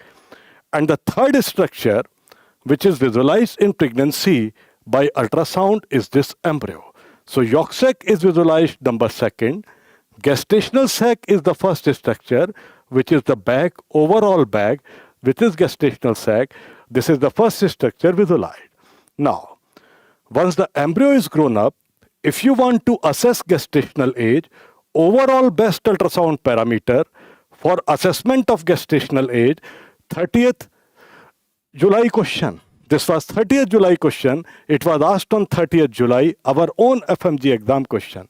Best ultrasound parameter for assessment of gestational age overall is crown rump length. Our own FMG exam question, which was asked on 30th of July. And crown rump length is, it is measured from top of head to bottom of buttocks. From here, from top of head to bottom of buttocks. Limbs are not included in CRL. So this is the best ultrasound parameter for assessment of gestational age in first trimester. If no trimester written, then also CRL. So CRL is answer to two questions. If no trimester written, CRL. If first trimester written, CRL. If specifically the question says best ultrasound parameter for assessment of gestational age in second trimester, then answer is biparietal diameter. What is this biparietal diameter? It is between two parietal eminence. CRL was asked on 30th of July. So this is BPD. It is used in second trimester. Third question. Best ultrasound parameter for assessment of gestational age in third trimester. This is femur length. This femur bone. So this femur length is best ultrasound parameter for assessment of gestational age in third trimester.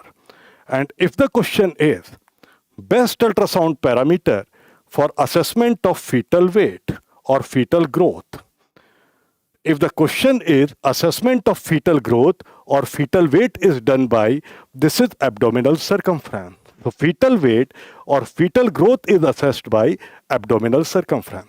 So these are various ultrasound parameter. And don't forget to do AHA every day when you wake up. After waking up, you should try to make your bed. That I will just tell you after a few minutes. Then just do AHA. What is this AHA? 1A, accept yourself. H is hug yourself. And another A, appreciate yourself for whatever you are doing. जो भी किया, अच्छा किया. AHA. सुबह उठते ही अपना bed बनाना है, अपना ब्लैंकेट अपने हाथ से तय करके रखना है. Means we have done something. Our day starts with some work. हमने उठते ही अपना बेड बना दिया, बेडशीट साफ कर दी, ब्लैंकेट और रजाई को फोल्ड करके रख दिया. So it gives A trigger, it gives us A momentum.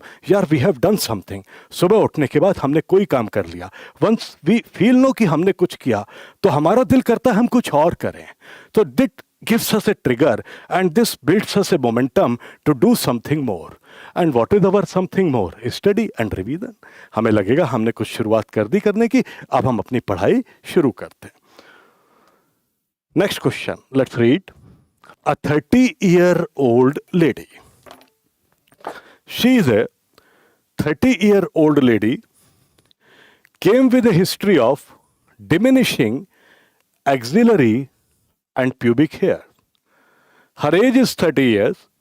She is saying that her axillary and pubic hairs, they are diminishing. Axillary and pubic hairs are diminishing. And another complaint is constipation for the past 1 year. Axillary and pubic hairs are diminishing. And another complaint is constipation for the past 1 year. She had history of multiple blood transfusions after delivery 3 years back. She had lactation failure also and never regained her periods after her delivery. What is the most probable diagnosis? What is coming to your mind? Everyone is saying it is Sheehan syndrome. That's the correct answer. What is Sheehan syndrome? Postpartum necrosis, mainly of anterior lobe of pituitary, as a result of severe postpartum hemorrhage. In this question, PPH word is not mentioned. This is a tricky question. PPH word is not mentioned, but it is clearly mentioned here in this question that there is history of multiple blood transfusions after delivery. So that is synergistic, that is coinciding with the fact why multiple blood transfusions were required after delivery, because she might had excessive blood loss after delivery. So she suffered from PPH. Because of blood loss, all the organs were less perfused. There was less blood supply to pituitary. This is why pituitary was necrosed.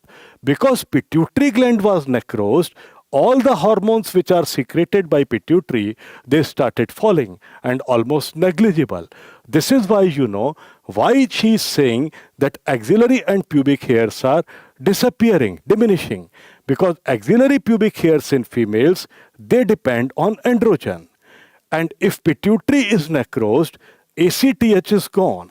And because of decreased ACTH, androgens are reduced, so axillary pubic hairs are decreasing.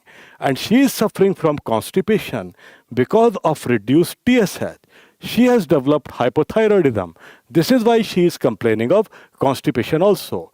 Why there is history of lactation failure?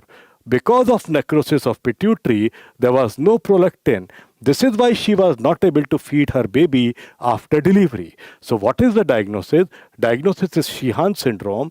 And if the examiner asks, if the last line of the question is not what is the most probable diagnosis, if the last line of the question was what is the most appropriate management for this condition, if the line is not asking diagnosis, if the last line is asking management, because all the hormones secreted by pituitary are reduced, we need to replenish these hormones. So substitution or replacement of these hormones would be the answer to this question for the management. Happy to share this pic of the past student of the last session once again. She came to meet, once she came to NBE to collect the certificate. Chocolate तो एक बहाना है बेटा. Chocolate तो एक छोटा सा बहाना है. Chocolate is just a token of love and appreciation, nothing else. No one needs chocolate. I know beta. You all are doctors beta. You can give me chocolate. And I will ask you chocolate. जब मैं बूढ़ा हो जाऊंगा ना, when I will grow old, then I will ask you, you will be earning, no? मैं कहूँगा मुझे chocolate खिलाओ, give me chocolate. Then all my students will be giving me chocolate. सिर्फ एक बहाना है, ये एक प्यार है. But you know, we were born with infinite value of human life, the breath. तभी मैं बार बार बोलता हूँ बेटा, please try to observe your breathing for 10 minutes in a day.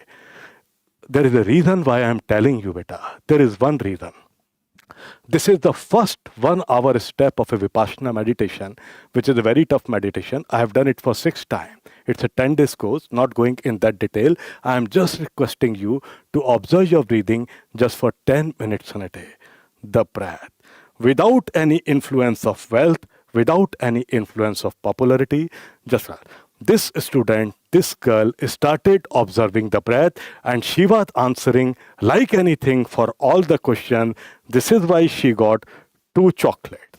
Because she was answering almost all the questions. Chocolate to ek bahana hai. Another important point I want to share.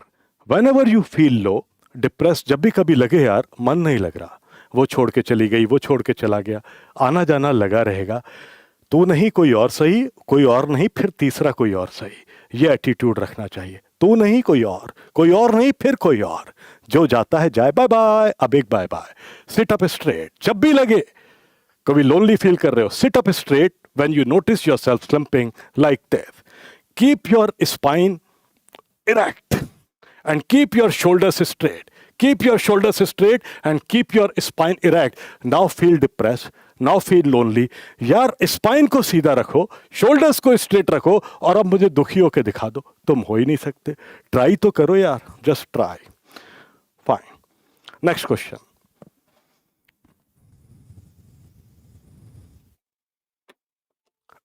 A 30 weeks pregnant lady.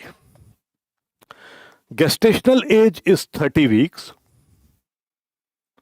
30 weeks pregnant lady complains of pain in abdomen. Gestational age is 30. The complaint is pain in abdomen after falling from a bike. After falling from a bike, she has started complaining of pain in abdomen. She came to our OPD. We did a per abdominal examination, and on per abdominal examination, uterus is hard and tender. Fetal parts not palpable. Fetal heart sound not audible. Her blood pressure is 110 by 74 millimeter of mercury. Which of the following is most likely diagnosis? So last line of the question clearly asks what is the diagnosis. And the history is the pregnancy was 30 weeks pregnancy. After falling from a bike, she comes to our hospital with the complaint of pain in abdomen. Uterus hard and tender. What is coming to your mind, beta? Very good. Everyone is answering B. We know. Trauma can lead to abruptio placentae. There is a history of trauma. And the moment placental abruption occurs, the moment placenta separates from uterine wall, there is release of thromboplastin, which is uterotonic, which makes uterus hard and tender. This is the reason for pain in abdomen, and since uterus is hard and tender, fetal parts may not be palpable, fetal heart sound may not be audible. So if in any question we know the rule of game, If it is written that fetal heart sound are not audible, it does not mean that fetus has died all the time. It may be due to abruptio placentae also. Why parts not palpable? Why heart sound not audible?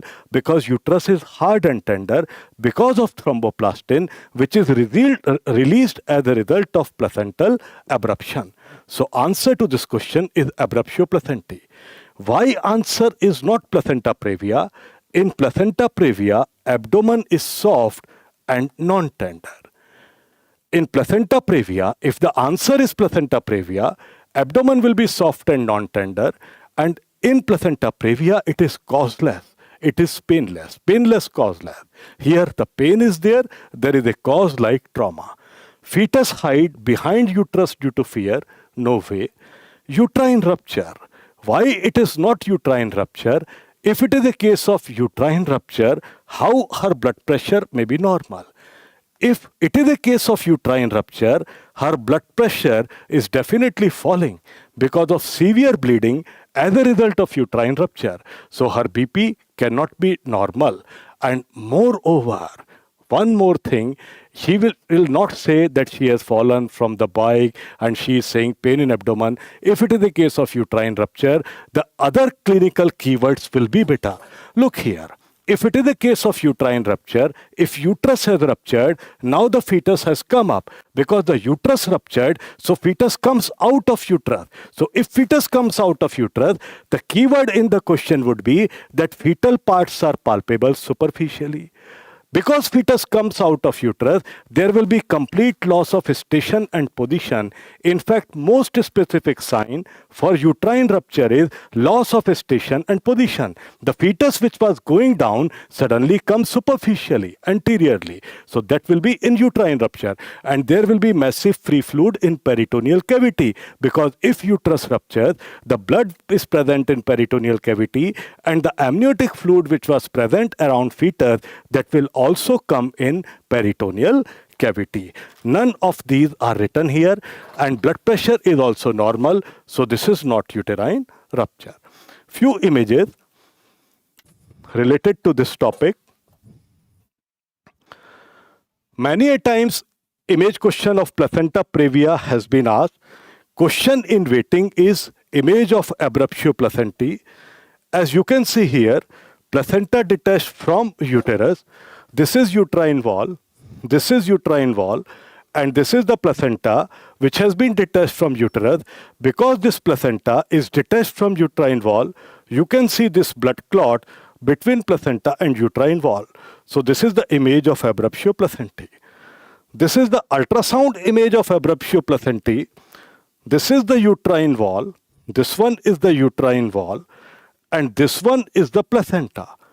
And you can see what is present between placenta and uterine wall. This is the blood clot. So this is the ultrasound image of abruptio placentae.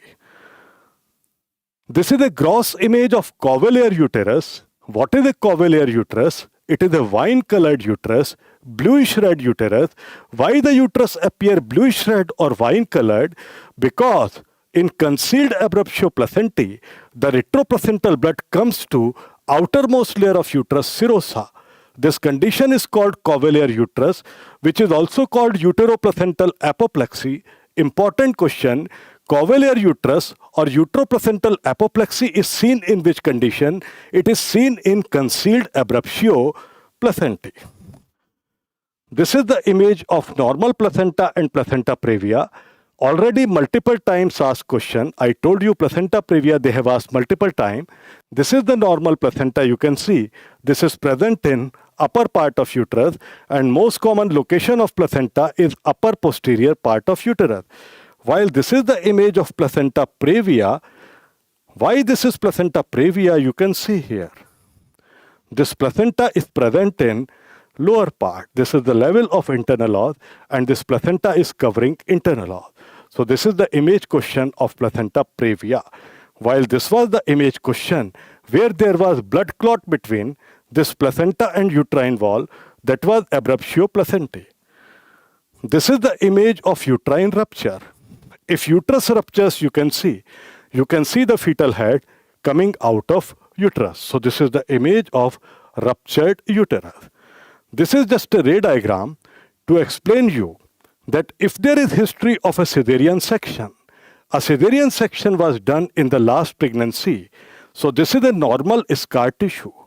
This much is the thickness of normal scar tissue if a previous cesarean section was done. Now, if this scar tissue starts opening, there may be two conditions. One is scar dehiscence, other is scar rupture. The difference between scar dehiscence and rupture is, if outermost layer of uterus serosa is intact, this is called scar dehiscence. And if outermost layer of uterus serosa is also separated, that is called scar rupture. As you can see, the outermost layer of uterus serosa, if it is also separated, this is called scar rupture. If all the layers of scar are separated, but outermost layer of uterus serosa is intact, that is called scar dehiscence. One more clue, beta, sometimes because the only 49 or 50 days left, despite of all these things, sometimes we feel lonely. Another clue, another tip I want to give, listening a favorite song just for 2 to 3 minutes. लेकिन खो नहीं जाना यार, बह नहीं जाना यार उसमें 2 से 3 मिनट को कहीं इसके आगे ना तुम 20 to 30 मत कर देना, इसीलिए डर लगता है. Don't make it 20 to 30. Just be confined to 2 to 3 minutes only. Listen to a favorite song of yours and you can start dancing also. Wow. देखें जरा किसमें कितना है दम. Something like that, you know. So listening a favorite, this is my favorite song. देखें जरा किसमें कितना है दम. Something like this. Do it like this just for 2 to 3 minutes. It's instant mood lifter. Next question. Question number 14. Actually, just 14th question only because this takes time, you know. On mistnext Telegram group, I will be posting videos now every second day, third day, motivational videos, question explanation video and all. I will give you the QR code as well. Which of the following drug is used in MTP for a 24-year-old lady who presents with 8 weeks of pregnancy? So the question clearly asks, which of the following drug is used in MTP for a 24-year-old lady for 8 weeks of pregnancy? Drug means medical abortion. So question is clearly about medical abortion. They are asking about the drug. And we know medical abortion is given with 2 drugs, mifepristone and misoprostol. It is given with mifepristone and misoprostol. And what is the dose? Everyone knows. I hope everyone knows the answer.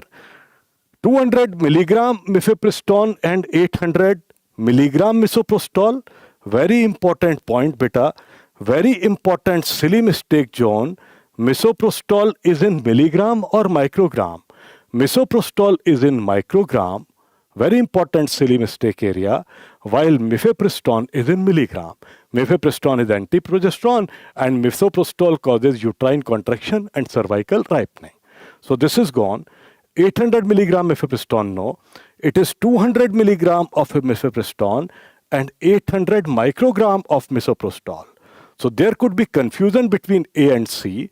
Misoprostol is in microgram, beta. So answer to this question is C. Few important image questions related to this. Who will answer this question? Who will answer this? Although it is clearly written here, what is this device? Already asked question in our exam, but the question was asked in NEET PG with manual vacuum aspiration syringe. So what is this syringe, beta? What is this syringe? Tell me, what is this syringe? This one. Who will answer this question? What is this syringe? The name of this syringe is menstrual regulation syringe. This is menstrual regulation syringe because it has one valve only, just one valve. How do we differentiate menstrual regulation syringe with this syringe? This is manual vacuum aspiration syringe because it has 2 pinch valve. So this is how we differentiate menstrual regulation syringe with manual vacuum aspiration. MVA syringe has 2 pinch valve while menstrual regulation syringe just have 1 valve. So we can easily solve these two image questions. These are Hagar dilators.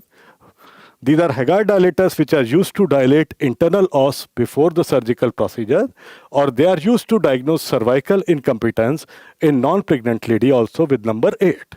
We know that. What is this image question? Another important image question.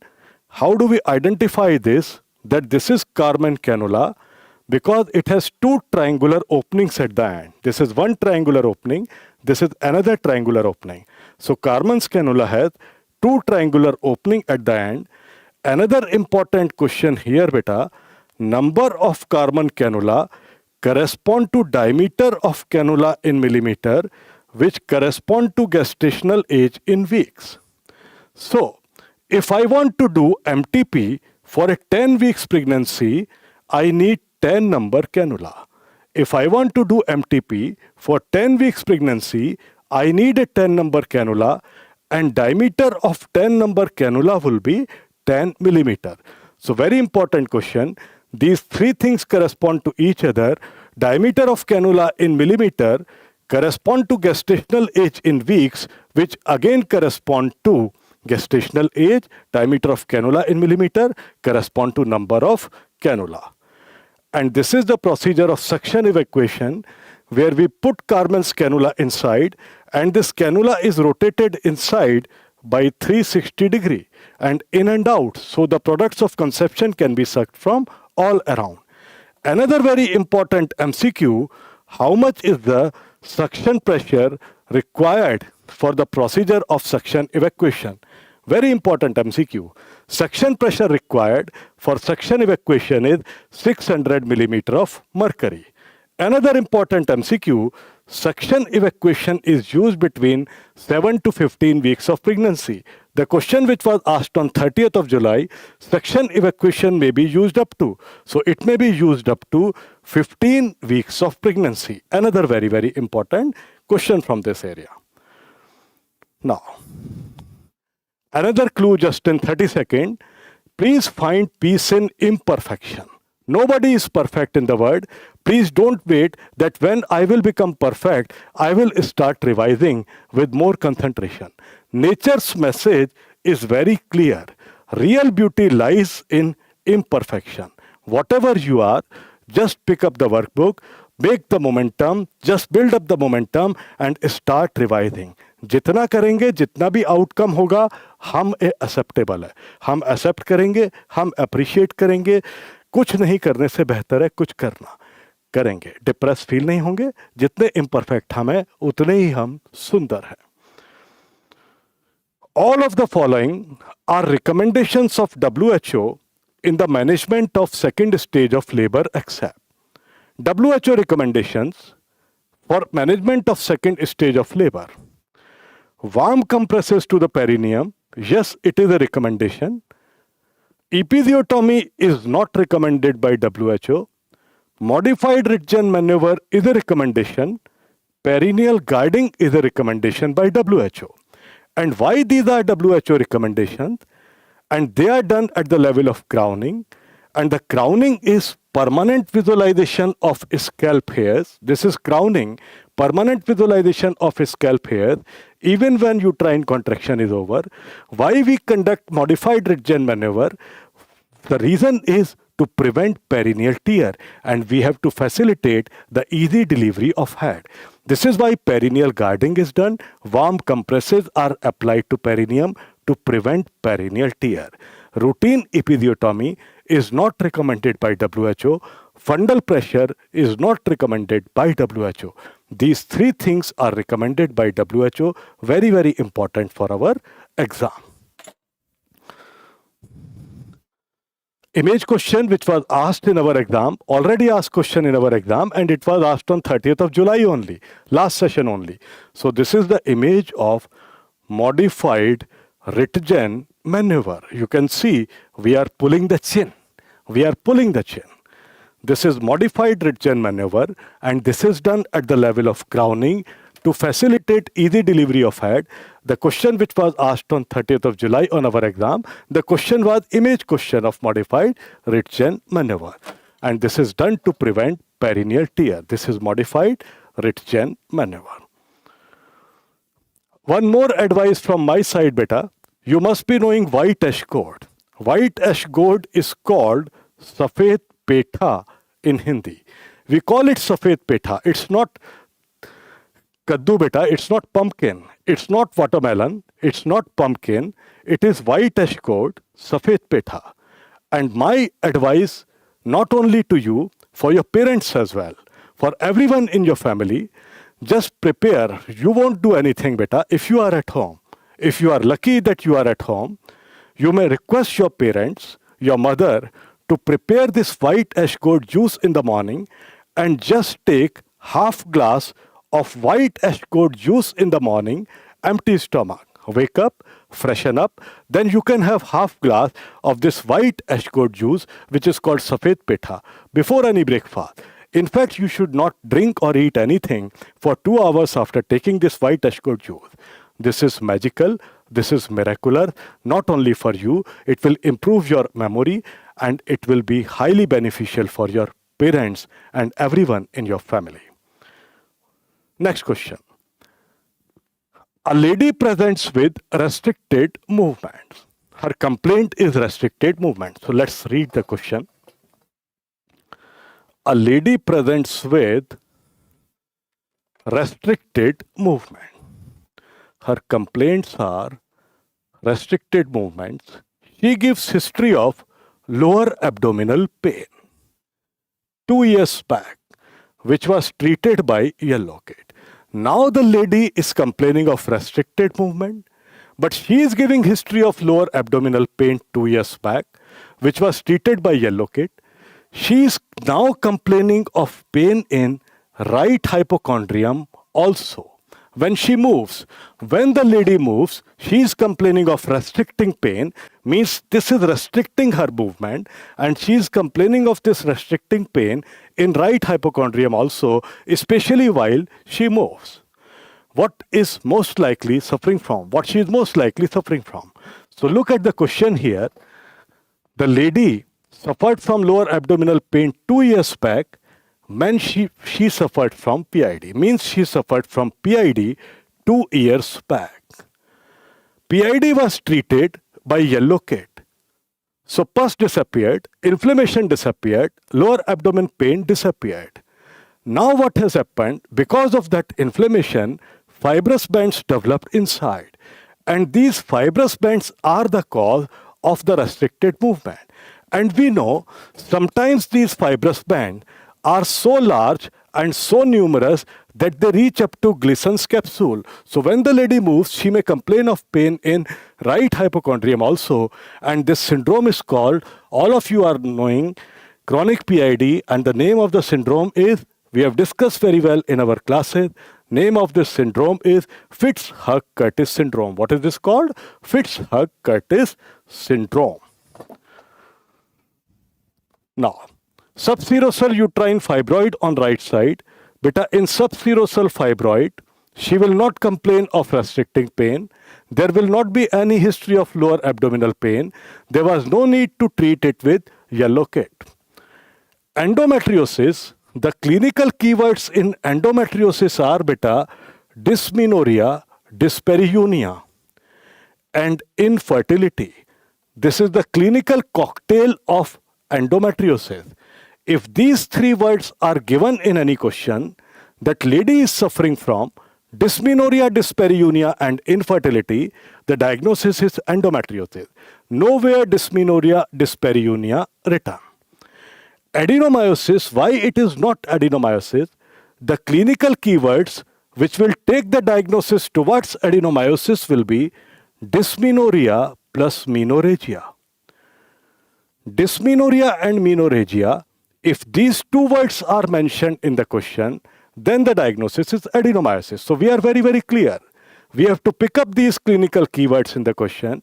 Dysmenorrhea, menorrhagia, diagnosis adenomyosis. Dysmenorrhea, dyspareunia, infertility, diagnosis endometriosis. Restricting pain, pain in right hypochondrium, on movement, chronic PID. If the lady presents with fresh history of lower abdominal pain and she is not pregnant, it may be PID. So the answer is Fitz-Hugh-Curtis syndrome. These are few important images. Let me quickly show you these images. Beta, what is this sign? I know all the students whom I taught, they know it very well. What is this sign? This is called a waist sign. Why it is called waist sign? You can see the narrowing here. You can see the narrowing here because this fibrous band, which looks like a bead on a string, when these fibrous bands, they start developing inside, they pull the tube inside, so tube becomes narrow is this particular area. And our waist is narrow. Hamari kamar patli hoti hai beta. This is why this is called a waist sign. So waist sign is seen in chronic PID. What is this sign? I hope everyone knows. What is this sign? This sign, this is again the fibrous band, which is protruding in fallopian tube lumen. So this is called cog wheel sign. It looks like spokes of a wheel. So this is called cog wheel sign. And if you see, this image is given in our exam, this tubular structure which is filled with fluid. The tubular structure which is filled with fluid, this is called hydrosalpinx. This is called hydrosalpinx. So ultrasound image of hydrosalpinx. We know this is violin string sign. This is the laparoscopy sign. These are fibrous bands. Violin string sign, which is seen in chronic PID. This is seen in genital tuberculosis. This is beaded appearance. Because of fibrous bands, there is narrowing at various places in fallopian tube. Looks like a structure. This is called beaded appearance. So we should be very, very clear. Beaded appearance in HSG is seen in genital TB, while bead on string sign or ultrasound is seen in chronic PID. This is late pipe appearance. You can see it looks like a late pipe or pipe stem appearance. It looks like a solid pipe. Genital TB. This is bilateral hydrosalpinx. Again, it is seen in genital TB. You can see this fallopian tube is swollen, filled with radio-opaque dye. This is the ultrasound appearance of endometriosis. What is this ultrasound appearance? Name of this ultrasound appearance is ground glass appearance, and this ground glass appearance is seen in endometriosis. This is the ovarian cyst beta, and you can see this is the ground glass appearance which is seen in endometriosis. This is golf stick appearance, which is again seen in genital TB. The fallopian tube looks like a golf stick. This is tobacco pouch appearance. You can see the string of a pouch or a wallet. It looks like a purse. The old ladies who used to eat tobacco, they used to carry this kind of purse. This is called tobacco pouch appearance. So this is also seen in genital tuberculosis. This is the image of chocolate cyst beta. This is how the chocolate cyst looks like. Important image questions for our exam. Dark terry brown. So if this ovarian cyst is asked in our exam, this is a chocolate cyst. Of course, it is seen in endometriosis. This is the laparoscopy image of endometriosis, where we can see various endometriotic deposits which are scattered in the peritoneal cavity, and they look like gunshot appearance. Gunshot or powder appearance, powder burn appearance. They are, you can see, bluish black in color. They are larger in size. So these are gunshot or powder burn appearance. In laparoscopy, they are present in peritoneal cavity, maybe on intestine, everywhere. This is the hysterectomy specimen. Important question for our exam. If this kind of image is given, this is hysterectomy specimen of adenomyosis. How do you identify that this is adenomyosis? You can see the myometrium is red. Why this myometrium is red? Because endometrium has infiltrated in myometrium, and every month this endometrium is bleeding. So we can see the blood in myometrium. So reddish uterus with reddish myometrium. Of course, this is enlarged as well. So this is the image of adenomyosis.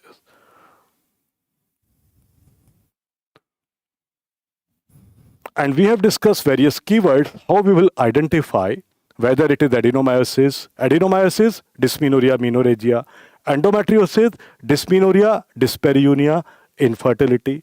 Fibroids, most common symptom, menorrhagia. Otherwise, mostly they are asymptomatic. All of the following statements are correct regarding the shown instrument. So let us see what is this instrument. We have just discussed this instrument, and I hope every one of you can answer what is this instrument. And the question is, all of the following are correct regarding shown instrument except. So what is this instrument? That is Halbenstein. I am so happy. That was Halbenstein, beta. Absolutely. And what is this instrument? Name of this instrument is Leach-Wilkinson cannula. This is Leach-Wilkinson cannula. And how do we identify that this is Leach-Wilkinson cannula? Funnel-shaped tip with serration. It is used to instill radio-opaque dye. Correct statement. Funnel-shaped tip with serrations, correct statement.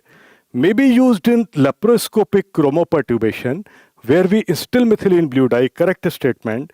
May be used to measure uterocervical length, incorrect statement. So answer is this one, D. Who will tell me which instrument is used to measure uterocervical length? What is used to measure uterocervical length? The instrument which is used to measure uterocervical length is, very important question for our exam, the instrument which is used, yes, answer is D, beta. Yes, answer is D. But the instrument which is used to measure uterocervical length, important question, uterine sound, again twinkle is the first one to answer. Many chocolates for twinkle.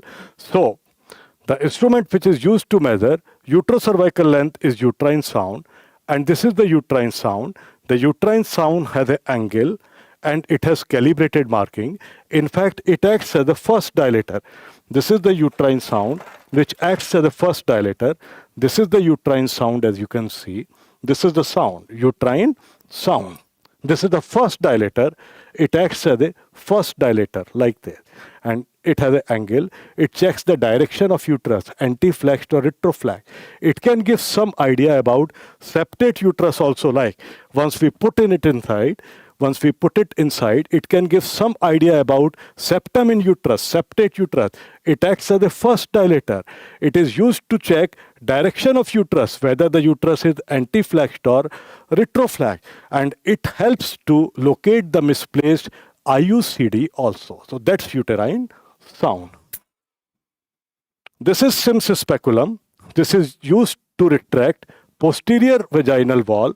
This is Sims speculum, used to retract the posterior vaginal wall, duckbill speculum, and there is difference of 5 millimeter on either side. This is Sims speculum. This is uterine sound. And this is anterior vaginal wall retractor. How do we identify that this is anterior vaginal wall retractor? There are transverse serrations at the loops. There are 2 loops at the end, 1 loop here, second loop here. And there are transverse serrations at the end. And once we retract anterior vaginal wall, this is anterior vaginal wall retractor. Once we are retracting the anterior vaginal wall, we have to, the loop faces upwards. The loop faces upward. Yeah, this one. Once we retract the anterior vaginal wall, let me just show you. Yeah, anyways, I will just show you. Fine. Anyway, I had a mannequin, but let me show you like this. So to retract anterior vaginal wall, and once we retract anterior vaginal wall, the loop faces upward. This is valcellum. It is used to hold anterior lip of cervix. Valcellum also has an angle. It is used to hold anterior lip of cervix. Fine. And again, the concavity, this concavity faces upwards while holding anterior lip of cervix. So this is valsellum. This is Cusco double-bladed speculum. So with Cusco's double-bladed speculum, we can retract anterior and posterior vaginal walls at the same time. These are beta Hagar dilator. These are Hagar dilator. There is 1 millimeter difference at both the ends in Hagar dilator. And what is this? This is umbilical cord cutting caesar. You can see in umbilical cord cutting caesar, this is umbilical cord cutting caesar. It has coin-shaped ends. The ends are coin-shaped, as you can see. This is how you identify. Ends are coin-shaped and there is gap at the end. This gap helps in preventing injury to umbilical cord. This is Babcock's forceps. How you identify that this is Babcock forceps? You can see the ends are inward and again there is gap at the end. It is used to hold delicate structures like fallopian tubes. It is used to hold delicate structures like fallopian tube. This is episiotomy caesar. There is an angle. This is how we identify that this is the episiotomy caesar. There is an angle here. Just allow me for 1 second. वो mannequin था जिससे मैं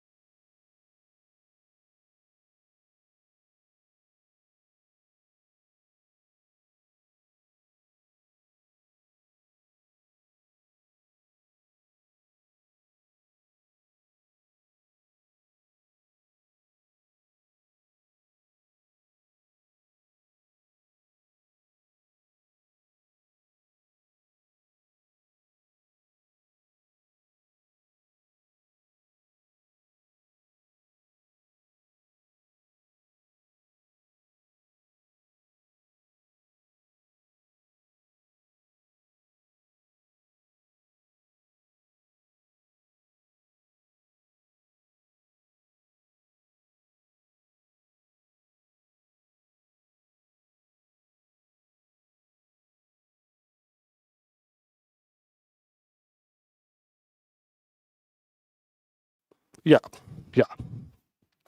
This is Sims speculum. Sims speculum is used to retract posterior vaginal wall. This is the valsellum. You can see this is valsellum beta, valsellum, and this valsellum has a curve and it has multiple teeth at the end. It is used to hold anterior lip of cervix like this. So valsellum is used to hold anterior lip of cervix, while Sims speculum is used to retract posterior vaginal wall. And anterior vaginal wall is used to retract anterior vaginal wall. And the concavity faces upwards. This is why both the purpose can be solved by this Cusco's double-bladed speculum. It can retract both anterior and posterior vaginal walls simultaneously, like this. This is how we can retract both anterior and posterior vaginal walls simultaneously with Cusco's speculum. Fine. This is Boni's myoma screw. Actually, I want to give more and more information. This is why I am trying to utilize the time. This is beta Boni's myoma screw. This is Boni's myoma screw. It is used to hold fibroid during myomectomy. So my purpose is very, very clear that as much as information can be given, I want to give you that information. This is Boni's myoma clamp. Again, it is used for myomectomy. This is green Armitage. This is green Armitage forceps. How do we identify that this is green Armitage forceps? Look here. First of all, look in the image. You can see in green Armitage, these ends are flat, triangular, and broad. Look here. This is green Armitage forceps, beta. Green Armitage. You can see in green Armitage, you can see these ends, they are flat, broad, triangular, and they have serrations also. If you can make out, I am putting at the camera, these are broad, triangular ends with serrations. So this is green Armitage forceps. This is how we identify it. And it is used to hold edges of uterine incision. Used to hold edges of uterine incision. And this is a sponge holding forceps. How do we identify sponge holding forceps? We identify sponge holding forceps because sponge holding forceps has ring-shaped ends. And these ring-shaped ends, they are with serrations. So this is a sponge holding forceps here, like this. It has ring-shaped ends with serrations, which provide a better grip. Fine. Next question. Question number 18.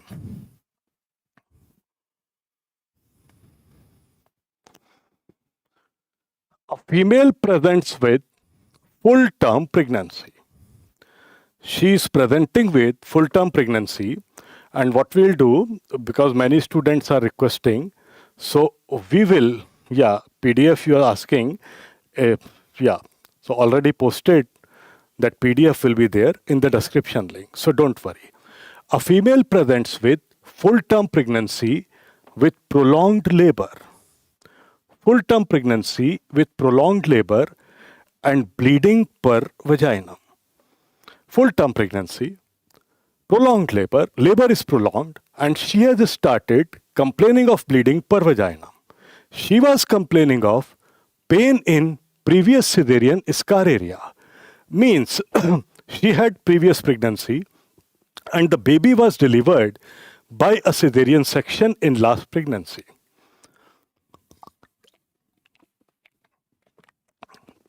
Baby was delivered by cesarean section in the last pregnancy. So she had a scar of last cesarean section. And she was complaining of pain in that scar. Means layers of scar had started separating. They were moving towards scar dehiscence, which could finally turn into scar rupture. Her blood pressure is 80/60. Oh my God. So she is going in shock. There is history of cesarean section in last pregnancy. Fetal parts are palpable superficially. Oh my God. Fetus has come superficially. Station and position cannot be ascertained. The most specific sign of uterine rupture is loss of station and position. Immediate ultrasound was done, which showed free fluid in peritoneal cavity. Oh my God. How come there is free fluid in peritoneal cavity? Because it is highly likely that the uterus has ruptured. And because the uterus has ruptured, the fetus has come anteriorly superficially. Because the uterus has ruptured, the amniotic fluid which was present around fetus has come in peritoneal cavity. So ultrasound can detect this as a free fluid in peritoneal cavity, and obviously blood also because of uterine rupture. And this is why her blood pressure is falling. And this is why fetal parts can be felt superficially. There is loss of station and position, the most specific sign of uterine rupture. Why it is not uterine dehiscence? If it was a case of uterine dehiscence, beta, blood pressure should have been normal. Because if it was uterine dehiscence, outermost layer of uterus serosa was intact. So there was no bleeding, only mild bleeding. No much fall in blood pressure. This is uterine rupture. Still we will see all the four choices. Why it is not placenta previa? In case of placenta previa, why she will go in shock like this? Why the fetal parts will be felt superficially? Why there will be loss of position and station? No way.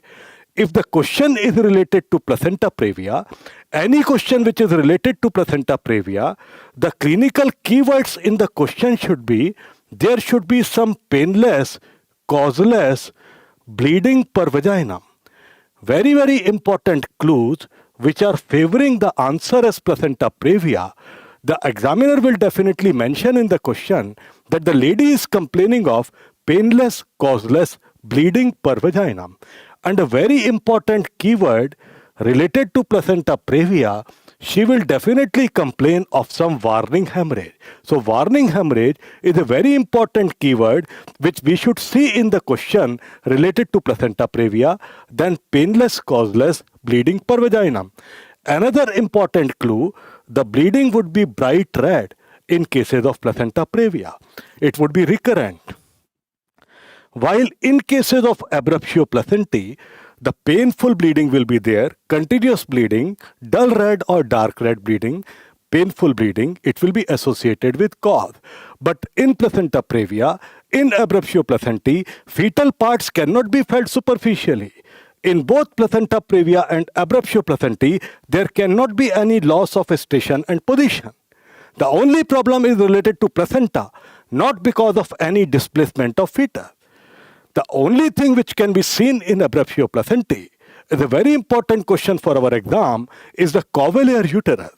So cavalier uterus, important question for our exam, is seen in concealed variety of abruptio placentae.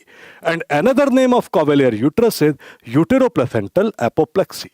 These topics are super duper important for our exam. So we should definitely know the keywords related to all these topics. We should be able to dissect and differentially diagnose the various choices. Super duper important topics for our exam. Let me show you few important images related to this. I have already shown, we have discussed that this was the normal scar tissue. This was scar dehiscence where outermost layer of uterus serosa was intact, while the third image was of uterine rupture or scar rupture where the outermost layer has been separated. Another image of ruptured uterus, if the image like this is shown, you can easily identify fetal part which is coming out of uterus. So definitely outermost layer of uterus, serosa has also been separated. So this is rupture. If outermost layer of uterus, serosa is intact, it is not separated. You can see the difference between scar dehiscence and scar rupture. This is a case of scar dehiscence where outermost layer of uterus, serosa is still intact. It is not separated. So you cannot see any fetal part coming out of uterus. So this is a case of uterine dehiscence. While if outermost layer of uterus, serosa had also been separated, that is called rupture. That is called uterine rupture. Another image of uterine rupture, as you can see, if the outermost layer of uterus serosa has been separated, you can see the fetal part, the hand is coming out. So this is how we differentiate uterine rupture with uterine dehiscence. Fine. Another image related to uterine rupture, here also you can see the gross image. This is rupture because the outermost layer of uterus serosa is separated, and you can see this fetal part, they are now coming out superficially. Now, I told you I will give you this tip, a very very important tip. बेटा छोटी छोटी चीजें जिंदगी में ना बड़े बड़े कमाल कर देती हैं. छोटी छोटी चीजें, टाइनी इज बिग, छोटा ही बड़ा बनाता है और छोटा ही बड़ा बन जाता है. Make your bed after waking up and clean it. सुबह उठने के बाद अपना ब्लैंकेट या रजाई रख दो यार फोल्ड करके. बेडशीट को थोड़ा सा झाड़ दो, हमें एक फीलिंग आएगा हमने कुछ किया. It will give us a trigger and the momentum will build up and we will just move to our workbook. We'll get fresh. If we are at home, we have already requested our parents to give us 1 glass or half glass of white ashcot juice, सफ़ेद पेठे का रस. अगर हम घर पे हैं, हमें टाइम नहीं लगाना, मम्मी को बोल दिया इफ़ शी कैन मेक, हम वो आधा ग्लास या 1 ग्लास जूस पी लेंगे और उसका कमाल देखेंगे एग्ज़ाम वाले दिन. It will improve our memory. तो थोड़ा बैड बनाएंगे. Our conscious and subconscious mind understand that we have done something. हमने कुछ कर लिया यार. Momentum picks up and chain reaction start. पढ़ेंगे, रिवाइज करेंगे, important areas को देख लेंगे. Question number 19. A pregnant female visits antenatal OPD. Let us read the question. Fine. A pregnant female visits antenatal OPD for first time at 20 weeks of pregnancy. So she is coming at 20 weeks of pregnancy. Her fundal height corresponds to 18 weeks. Fundal height assessment is best clinical method for assessment of gestational age. And if word clinical is removed, ultrasound, then we know various ultrasound parameters, CRL, BPD, femur length, etc. Fundal height corresponds to 18, but she says she is having 20 weeks. So fundal height is less than period of amenorrhea. The obstetrician advises ultrasonography. Which of the following is likely to be seen in the ultrasonography? Okay, ji, fetal renal agenesis means fetal kidneys are absent. If fetal kidneys are absent, there should be no urine. And if there is no urine, beta, what will happen to amniotic fluid? If there is no urine, amniotic fluid is decreased, which is called, decrease in amniotic fluid is called oligohydramnios.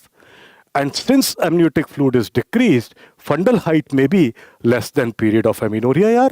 She is saying she is having 20 weeks pregnancy, but fundal height is saying 18 weeks, maybe because amniotic fluid is decreased because of fetal renal agenesis. So there is a possibility here. If it is a case of cleft lip or cleft palate, the swallowing is impaired, so the fluid remains out. So cleft lip and cleft palate, esophageal atresia, duodenal atresia, intestinal obstruction, congenital diaphragmatic hernia, or annular pancreas, they all lead to polyhydramnios.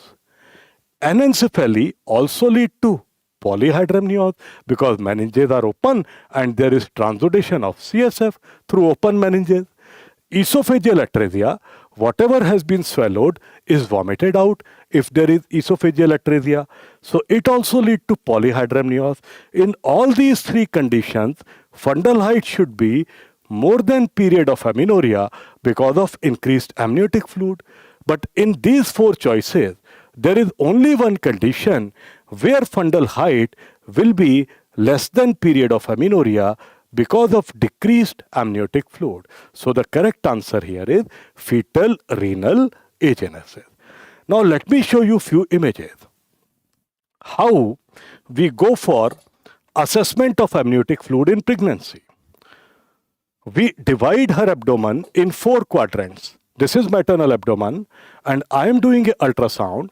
When I am doing her ultrasound, I divide her abdomen in 4 quadrants, right upper, right lower, left upper, left lower. And I put my ultrasound probe in these 4 quadrants and I have to measure the pocket of amniotic fluid. This is how I am measuring 4 pockets of amniotic fluid and I can name them A, B, C, D. This was just a gross image. How does it look like on ultrasound? So these are A, B, C, D. I am measuring pocket of amniotic fluid. Amniotic fluid appear black in ultrasound because all fluid appear black in ultrasound. So this is the measurement of 4 pockets of amniotic fluid. And if we sum up these 4 pockets, A plus B plus C plus D, this is called amniotic fluid index, AFI. So this is how we calculate amniotic fluid, whether it is decreased or increased or it is adequate in amount. The largest of 4 is called single deepest pocket, and if we sum up these 4, this is called AFI. This is the image. Look here. First of all, let me show you an image of bilateral renal agenesis. Look here. First of all, let me show you normal kidney. This is a normal ultrasound and you can see one kidney here, another kidney here. This is how kidneys look on ultrasound. This is kidney. So both the kidneys are present. This is a normal image. Now compare this ultrasound with the second image. You can see there's nothing present here, bilateral renal agenesis. This is a case of oligohydramnios. You can hardly see any amniotic fluid around fetus. This black area is amniotic fluid. This is decreased. While this is the case of polyhydramnios, you can see massive black area. This is polyhydramnios, massive amniotic fluid, so much of black area. Amniotic fluid appear black in ultrasound. And here you can see hardly any amniotic fluid around. So this is a case of oligohydramnion. Who will answer this radiology question if this kind of image is given? The diagnosis is, this is ultrasound of abdomen, this is the ultrasound of fetal abdomen. What is the diagnosis? The diagnosis here is, this is the ultrasound abdomen. The diagnosis here is esophageal atresia. Because in esophageal atresia, stomach bubble is absent. Because it is a case of esophageal atresia, no secretions go to stomach, so we can't see stomach in ultrasound. So this is esophageal atresia, stomach bubble is absent. And I know that you know this question very well. It is called a double bubble sign, and double bubble sign is seen. One bubble is due to stomach, another bubble is due to duodenum. Double bubble sign in ultrasound in fetal abdomen is seen in duodenal atresia. So absent stomach bubble, esophageal atresia, important MCQs of radiology and obs-gyne. Absent stomach bubble, esophageal atresia, double bubble sign, duodenal atresia. Both cause polyhydramnion. And you know the cleft lip. Next question.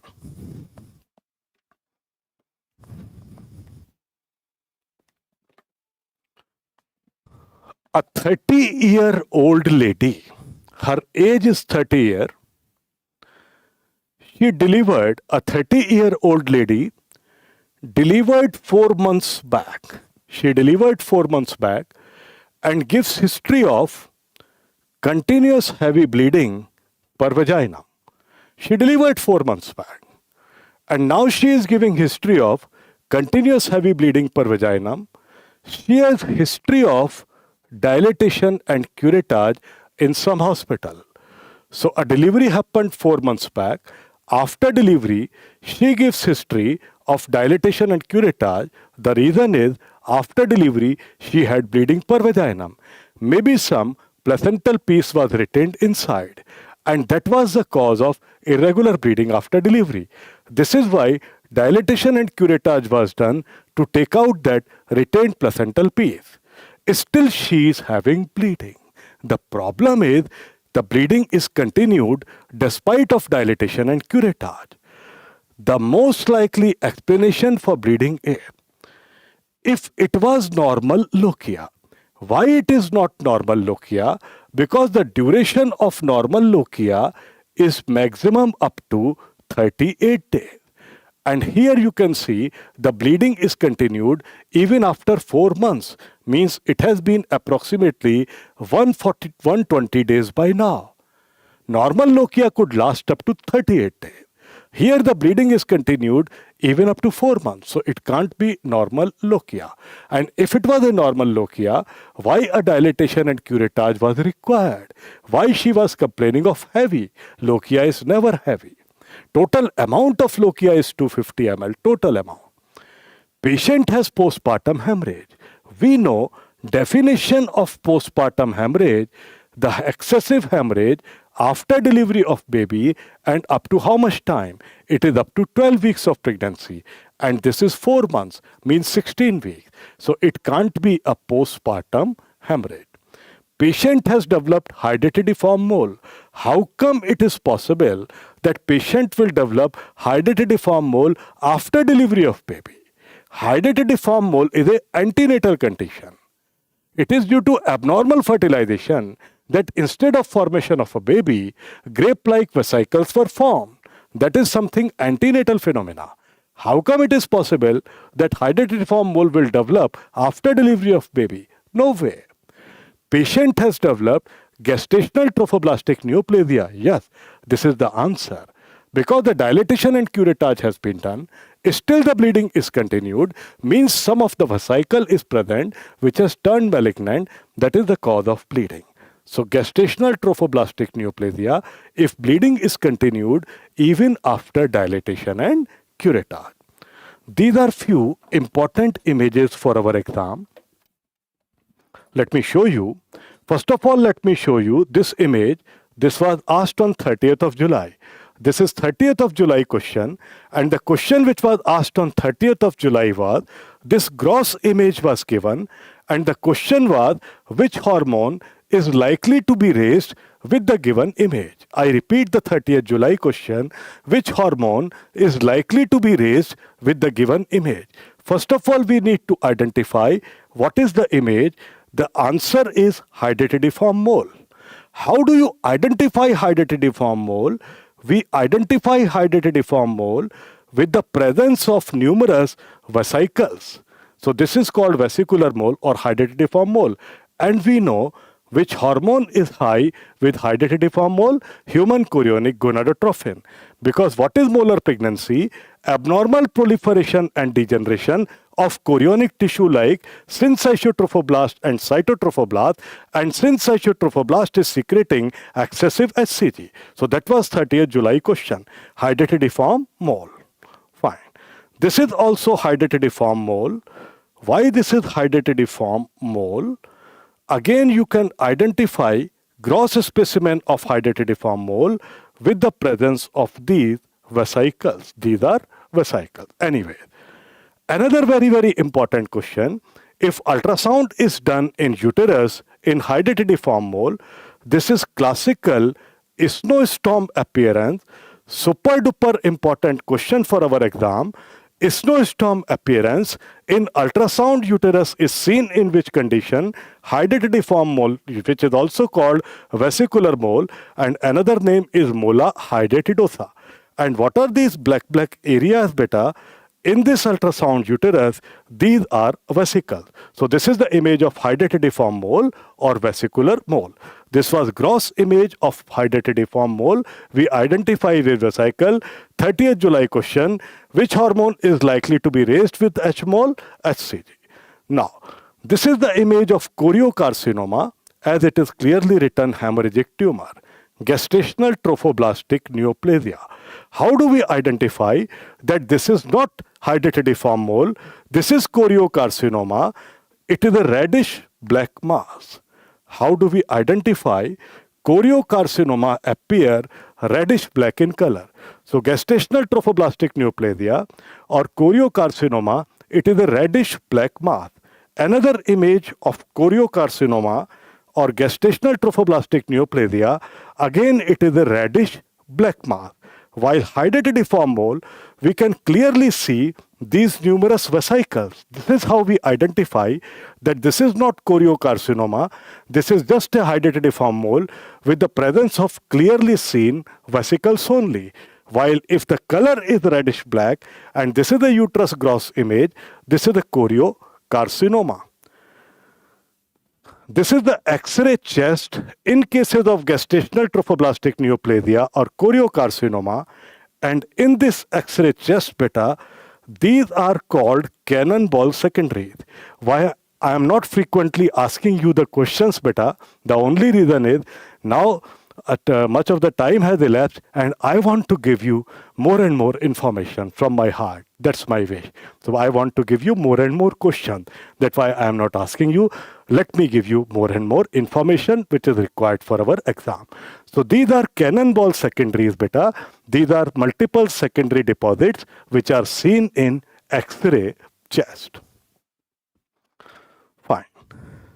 One more tip from my side, because you know, I received many messages. I've received many messages. They said, sir, we have never joined MIST and we were studying overseas and we came back to India maybe 6 years back, 5 years back, 7th attempt, 10th attempt, 11th attempt. And we thought we'll clear the exam, we joined something or whatever it is. I don't want to go in that detail. Now the thing is, sometimes it feels like that we should commit suicide. One student was weeping on phone, although it's not easy to talk to all the students on phone. Because of some reasons, I picked up the phone and he started weeping. Because he said, I have given 7 attempts. This is my 8th attempt. And I just talked to him for 10 minutes only. And just after 10 minutes, I'm fortunate enough that he is studying very well and I'm pretty sure he will clear the exam this time. I told him these 3 sentences. Whatever your relatives and friends are saying, beta, just follow these 3 lines. Sir par baraf, मुंह में शक्कर, सिर पर बर्फ मतलब what ever they से, तुझसे नहीं होगा, तू जाहिल है, गंवार है, वट एवर दे से, सिर पे बर्फ, cool, our brain is cool, सिर पे बर्फ, मुंह पे शक्कर, वो कहते हैं तुझसे नहीं होगा, तू गधा है, ही हाँ मैं हूँ, यस आई एम गधा, हाँ मैं हूँ, नमस्ते, सिर पे बर्फ, मुंह में शक्कर, पाँव में चक्कर। और ये पाँव में चक्कर कैसा? OBG, micro, pharma, anatomy, surgery, PSM, pathology and all, चक्कर लग रहा है। OBG, moving to anatomy, moving to PSM, moving to pathology, moving to ENT, moving to ophthalmology and so on. सिर पे बर्फ, मुंह में शक्कर, पाँव में चक्कर। और फिर 20 जुलाई को करिश्मा देखेंगे, 20 जनवरी। Next question. A 33-year-old lady. Her age is 33 years. She presents with complaints of dysmenorrhea and dyspareunia. So the clinical keywords here in the question are dysmenorrhea and dyspareunia. And we know dysmenorrhea, dyspareunia cocktail, endometriosis. Menorrhagia, dysmenorrhea cocktail, adenomyosis. Menorrhagia, most likely uterine fibroid, lower abdomen pain, PID, acne, oligomenorrhea, hirsutism, polycystic ovarian syndrome, painless, causeless, bright red, bleeding per vaginum with warning hemorrhage, placenta previa, painful, dull red, bleeding with cause, pain in abdomen, abruptio placentae, covalier uterus, concealed variety of abruptio placentae, postpartum hemorrhage is within 12 weeks after delivery. So if bleeding continues even after 12 weeks, could be a gestational trophoblastic neoplasia. BP is falling, fetal parts fell superficially, loss of position station, uterine rupture. Difference in dehiscence and rupture. Outermost layer serosa intact, dehiscence. Outermost layer serosa also separated, uterine rupture. Anyway, so dysmenorrhea, dyspareunia cocktail. Per vaginal examination reveal nodular feeling. And name of this nodular feeling is cobblestone feel. What is most likely? With dysmenorrhea, dyspareunia, endometriosis, one more keyword which is supportive keyword, PV examination nodular feel, which is called cobblestone feel. The answer is endometriosis. Adenomyosis examination is symmetrically enlarged tender uterus. That is Helband sign. Symmetrically enlarged tender uterus. And dysmenorrhea, menorrhagia. And in adenomyosis, uterus is enlarged up to 12-week size. While in fibroids, asymmetrical enlargement and up to 12-week size. In fibroid, no dyspareunia, no dysmenorrhea, no nodular feel. Polycystic ovarian syndrome, how can there be any nodular feel? And in PCOS, the keywords will be oligomenorrhea, which is called infrequent cycle, or acne, hirsutism. So answer to the question is endometriosis. Few images of endometriosis. Now, endometriosis is presence of active endometrial tissue outside uterus. So these are various endometriotic deposits which can be present in peritoneal cavity. And in laparoscopy, we can see the gunshot or powder burn appearance. They are bluish black in color. The larger in size, they are seen in laparoscopy. This is gunshot or powder burn appearance. And in endometriosis, a syndrome is seen, and name of this syndrome is Allen-Master syndrome. What is this syndrome in endometriosis? When these endometriotic deposits, they are falling in peritoneal cavity, there can be tear in ligaments due to weight of these deposits.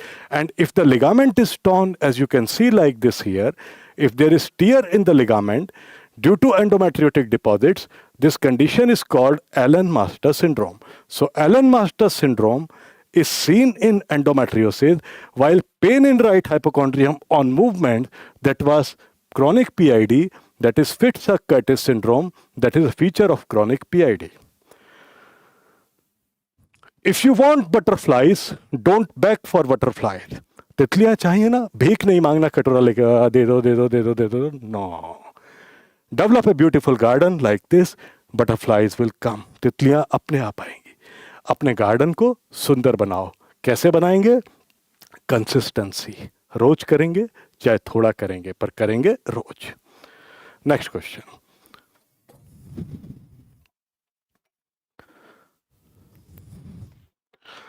a female patient after normal vaginal delivery developed atonic PPH. So she developed atonic PPH. She was shifted to operation theatre and the obstetrician planned to ligate the vessels to arrest the bleeding. What is the order of ligation of vessels supplying the uterus? We know very well that first artery which is ligated is uterine, second one which is tried is ovarian or utero-ovarian anastomosis, and the third one is anterior division of internal iliac artery. So option A seems correct, but let's go to other options. Uterine, ovarian, external iliac, no, internal iliac, that too anterior division. Uterine, ovarian, vaginal, no. So the answer is there. The postpartum hemorrhage is very, very important topic, beta. It is very, very important topic. Let me give you some idea of PPH within 2 to 3 minutes only. I will take just 2 to 3 minutes and let me explain you the management of postpartum hemorrhage. Look here. Postpartum hemorrhage, excessive bleeding PV after delivery. Primary PPH within 24 hours, secondary after 24 hours to 12 weeks after delivery. A lady comes with excessive bleeding after delivery, we palpate the uterus. If uterus is not palpable, it is atomic PPH. If there is good uterine tone, we will feel uterus like a firm globular cricket ball feel. Fine. If not palpable, atony. First drug given or drug of choice to treat PPH, oxytocin. 20 to 40 international units, slow IV infusion. And at the same time, we are giving uterine massage. And all the drug treatment is tried up to 30 minutes only. After oxytocin, if no response, we give carboprost 15-methyl PGF2 alpha, 250 microgram intramuscular injection, may be repeated after 15 to 30 minutes. Maximum 8 doses means maximum 2000 microgram. One injection 250. Other drugs, misoprostol PGE1, 800 microgram sublingual or 1000 microgram per rectal. Something which we need to remember. These are important drugs to treat. And massage is given simultaneously. Important point. And medical management is tried up to 30 minutes. If there is no response to this, then what has to be done? If no response to this, then we go for uterine tamponade. What is uterine tamponade? We either try esophageal catheter, Sanjestaken Blackmore esophageal, or Bakri balloon condom catheter, Bakri balloon catheter or condom catheter. We put the catheter inside like this. There is the image of uterine tamponade here. We put the catheter here. Just a moment. We put the catheters.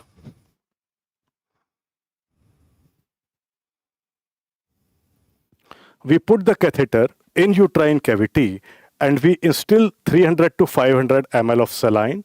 This is called uterine tamponade. It gives pressure on uterine wall. So uterine tamponade is tried. Drugs are continued. We do not stop the drug. We add additional measure after 30 minutes. Uterine tamponade, if there is no response, then we can go for external aorta compression like this, compressing the external aorta to reduce the blood supply to uterus, or we can try military anti-shock garment. These are the garments used by our soldiers who are fighting at the border and fired with the bullets, and they are bleeding massively. So these give compression effect, or we can even try a bimanual compression. So either external aorta compression, or a bimanual compression, or military anti-shock garment. They can be tried, but the most common out of these three is external aorta compression. And once we are compressing the aorta, these things are done if she is not stable after uterine tamponade. PPH continues and vitals are unstable. Patient is shifted to operation theatre for ligation of these vessels, which are ligated in the sequence uterine, then ovarian, then anterior division of internal iliac. If no response even after that, then hysterectomy, subtotal hysterectomy.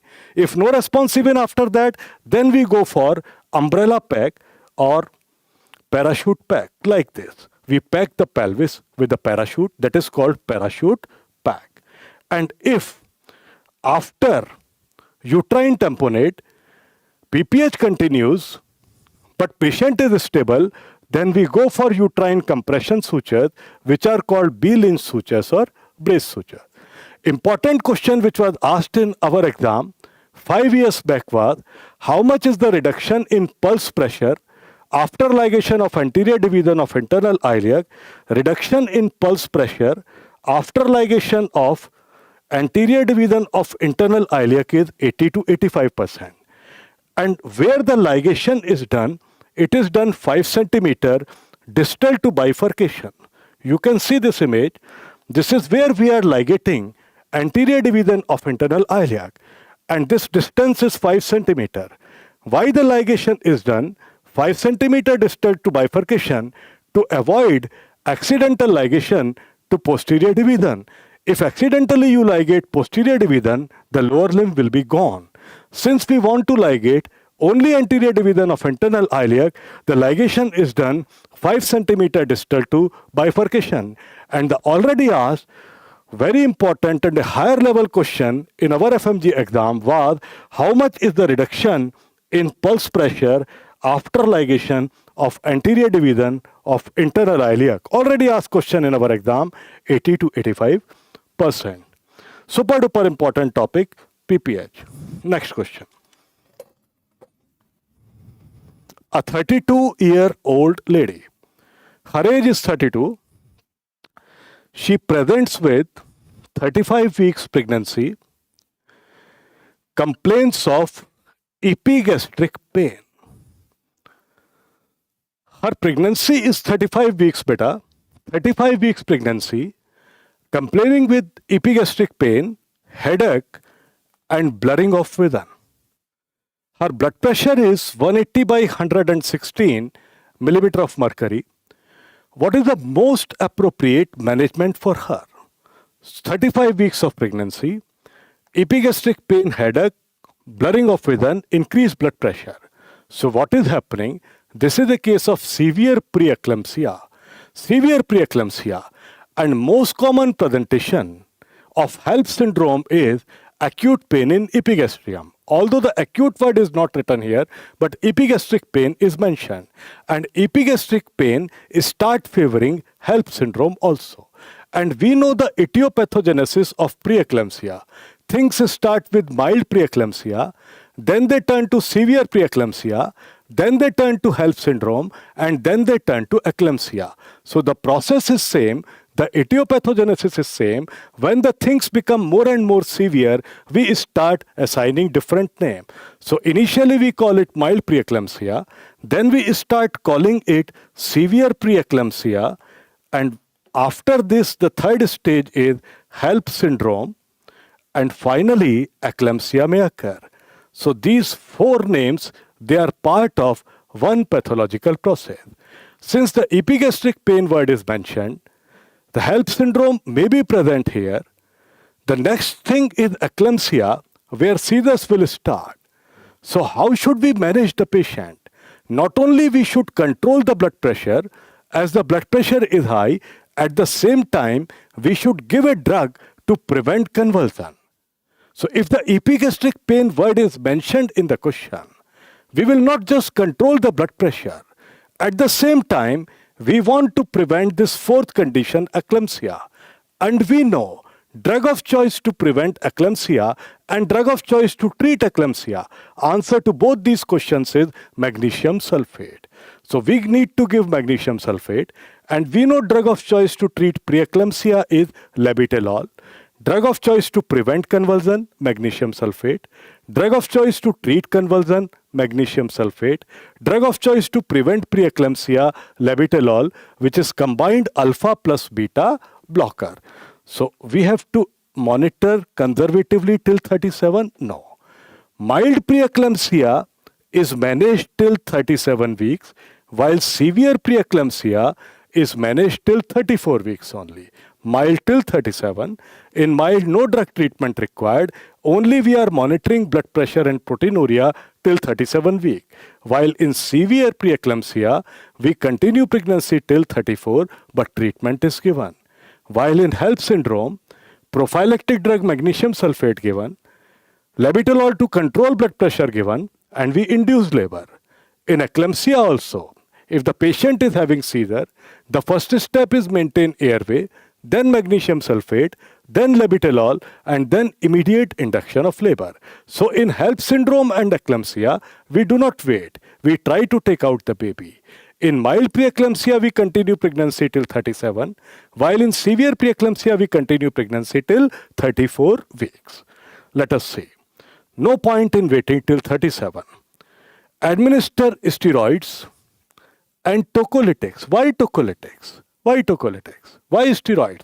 Already 35 weeks pregnancy, there is no role of steroid or tocolytic after 34 weeks. And induced labor at 37? No. Severe preeclampsia 34, HELP syndrome immediately. Administer magnesium sulfate, that's good. To prevent convulsion, labetalol to control blood pressure, that's good. And induce labor, fine. So this looks good, but let us see the fourth one. Give steroid cover. There is no role of steroid after 34. And wait until steroid cover is complete. So answer is C. Now, this is just a supine hypotension syndrome. The question was asked on 5th March 23 only, NEET PG. Pregnant lady, normally pregnant lady, is advised to lie in which position? Left lateral position. Why a pregnant lady is advised to lie in a left lateral position? If she lies in supine position, there may be compression on superior vena cava. And because of compression on superior vena cava, venous return will reduce and she may feel lightheadedness and dizziness if she lies supine. To avoid this lightheadedness and dizziness, a pregnant lady is advised to lie in left lateral position and not in supine position. This is the predictor of PIH. It is done with uterine artery color Doppler. Normally, there is a diastolic notch in uterine artery.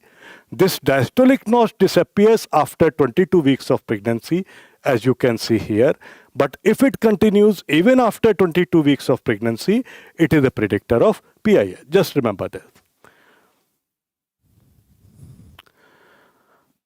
Now I am telling you the sentence which I told to that guy who said, "Sir, this is my such and such attempt."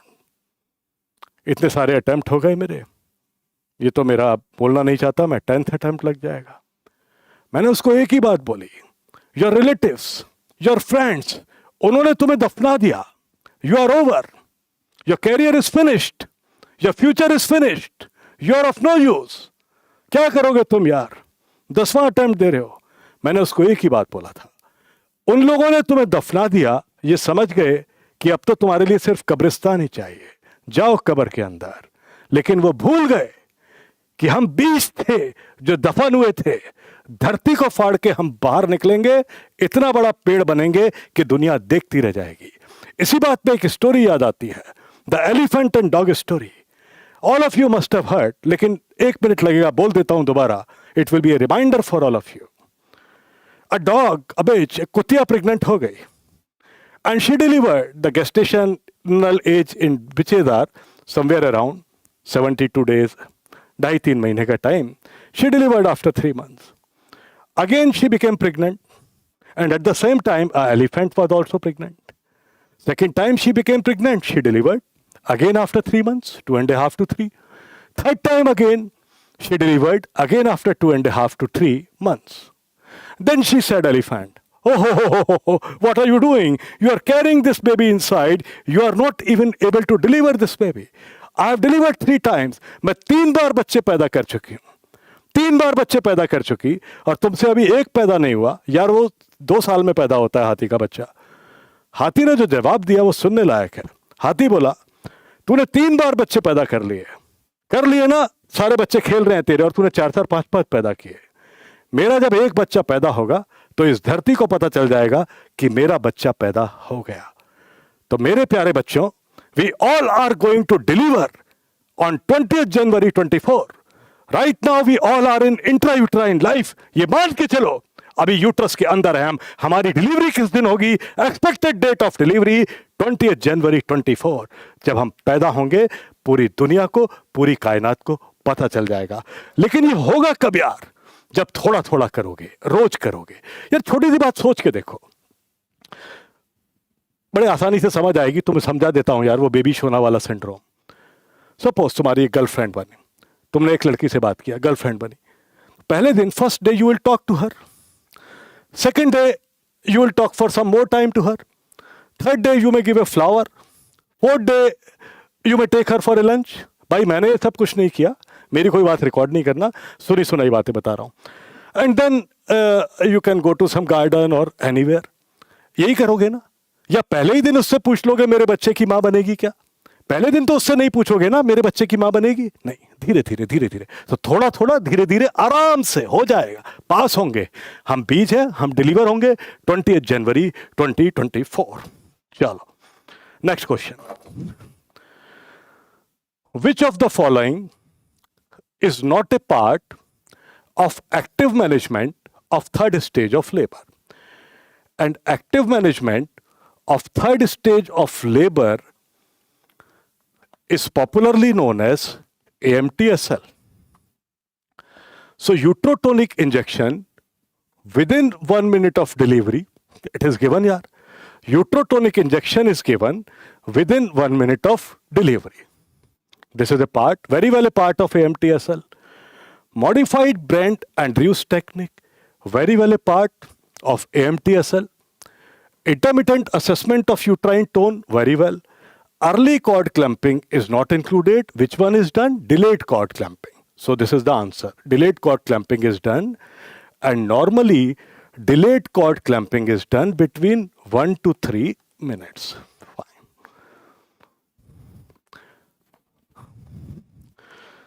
जब भी कोई भी बिटिया अपनी माँ के साथ आती है मिलने के लिए, एक मोटिवेशन हमें भी मिल जाता है और दिल करता है ओ माँ तुझे सलाम।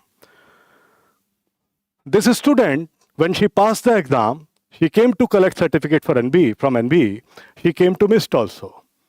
We had tea coffee, we met, and she is her mother. And in front of all of you, I want to say salute to the mother. She talk to me for 10 to 15 minutes.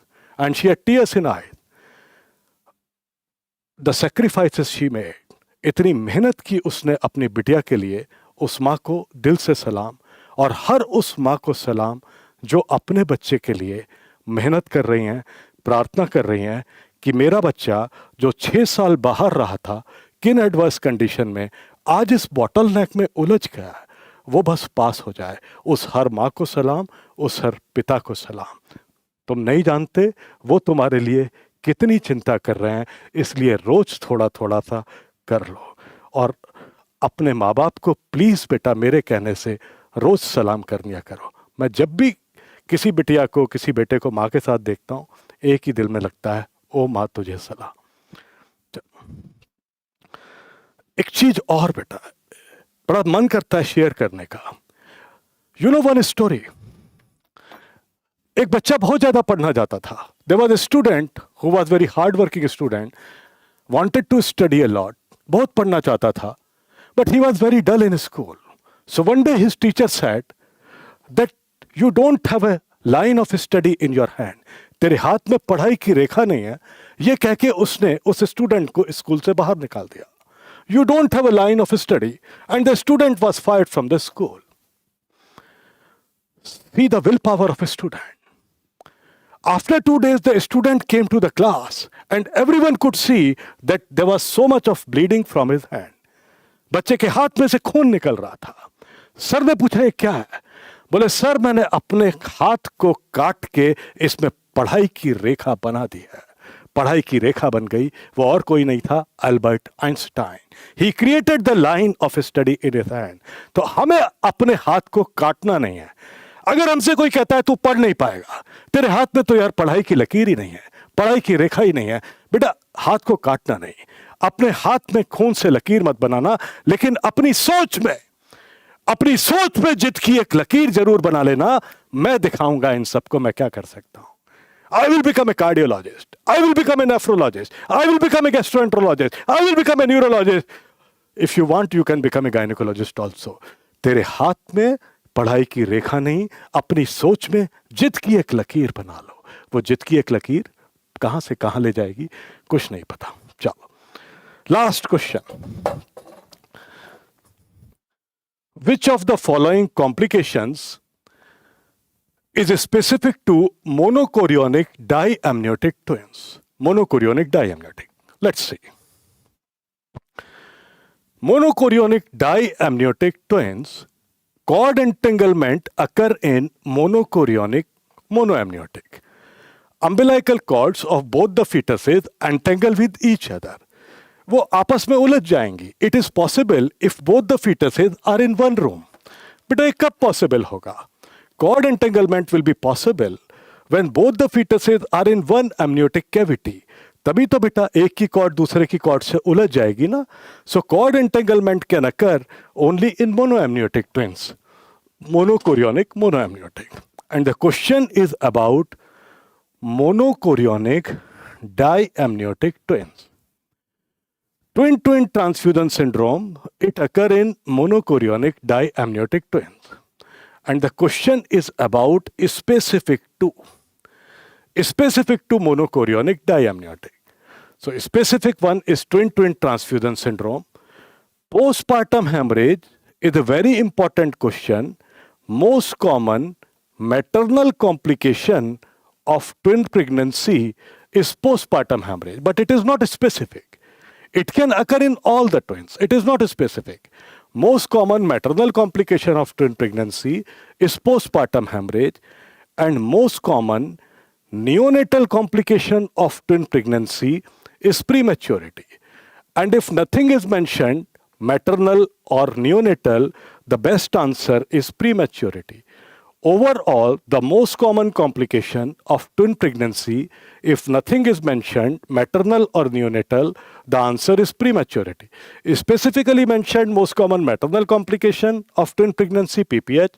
Most common neonatal complication of twin pregnancy, prematurity. Specific complication. Monochorionic monoamniotic may have cord entanglement. Monochorionic diamniotic may have twin-twin transfusion syndrome, where one fetus become donor and other become recipient. This is twin-twin transfusion syndrome. This is twin-twin transfusion syndrome, where one fetus become donor. Donor will become a small beta because this is giving blood, while recipient will become larger because this is receiving blood. Oligohydramnios will develop around donor because its plasma volume is reduced, so its GFR is also reduced, its urine is less, so oligohydramnios will develop around it, while recipient is receiving more blood, so plasma volume of recipient is more, so GFR of recipient is more, so amniotic fluid around recipient is more, so polyhydramnios will develop around recipient, while oligohydramnios will develop around donor. Donor will develop anemia, while recipient will develop polycythemia. This is called twin-twin transfusion syndrome. It is due to abnormal deep arteriovenous anastomosis, and the management, we can do ablation of abnormal anastomosis if the gestational age is less than 28 weeks. This is the cord entanglement. You can see the umbilical cord of one twin is stuck with or entangled with cord of another one. And this is possible if both the fetuses are in one room. Means it is possible in monoamniotic twins. Very, very important MCQ for our exam, image question. This is called T sign, and this T sign is seen in monochorionic pregnancy. While this is called twin peak sign or lambda sign. Lambda sign or twin peak sign. Lambda or twin peak sign is seen in dichorionic pregnancy. Very, very important image question for our exam. Single liners also. T sign is seen in with pregnancy, monochorionic. This is how the T is formed. This is the placenta, and this is the dividing membrane, which is also called intertwin membrane. This is how the lambda is formed. Because there are two placenta in dichorionic pregnancy, so the excessive placental tissue is filled at the insertion site of dividing membrane. Because of this excessive placental tissue, it looks like a lambda, so-called lambda sign or twin peak sign, which is seen in dichorionic pregnancy, while there is no excessive placental tissue, so it looks like a T. T sign is seen in monochorionic pregnancy. These are gross images of placenta. This is dichorionic diamniotic. Why this is dichorionic diamniotic? Because the dividing membrane is thick and there is no anastomosis or connecting vessels between the two. So thick dividing membrane, no connection between them, no vascular connection. This is dichorionic pregnancy, dichorionic diamniotic. This is monochorionic diamniotic pregnancy because there is dividing membrane. This is the dividing membrane and there is vascular connection. This is the monochorionic monoamniotic pregnancy. As you can see, there is no dividing membrane between the two umbilical cord. No dividing membrane. Monochorionic monoamniotic. सबकी मस्ती अलग अलग. No smoking no alcohol, मेरी मस्ती मेरी मेहनत. बेटा please make these lines as your hashtag line. इन तीनों लाइन्स को अपनी लाइन बना लो. मैं भी सुट्टा शुट्टा नहीं मारता यार. 11 सिगरेट पिए पूरी जिंदगी में, अभी तक याद है. 11 cigarettes in my life. Internship में पी थी. उसके बाद मेरी आज तक समझ नहीं आया लोग इसे पीते क्यों हैं. दारू शारू यार पीता वीता नहीं हूँ. अब 2 4 5 8 10 महीने में या 1 साल में 1.5 साल में कभी कोई बैठा है तो गिलास पकड़ लिया, बस इतना. सबकी मस्ती अलग अलग.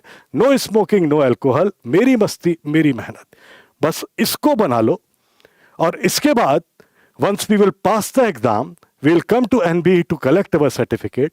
We will meet when you will come to MIST and then we will celebrate these moments. We will cherish these moments. हम अपनी मेहनत को उस दिन सेलिब्रेट करेंगे.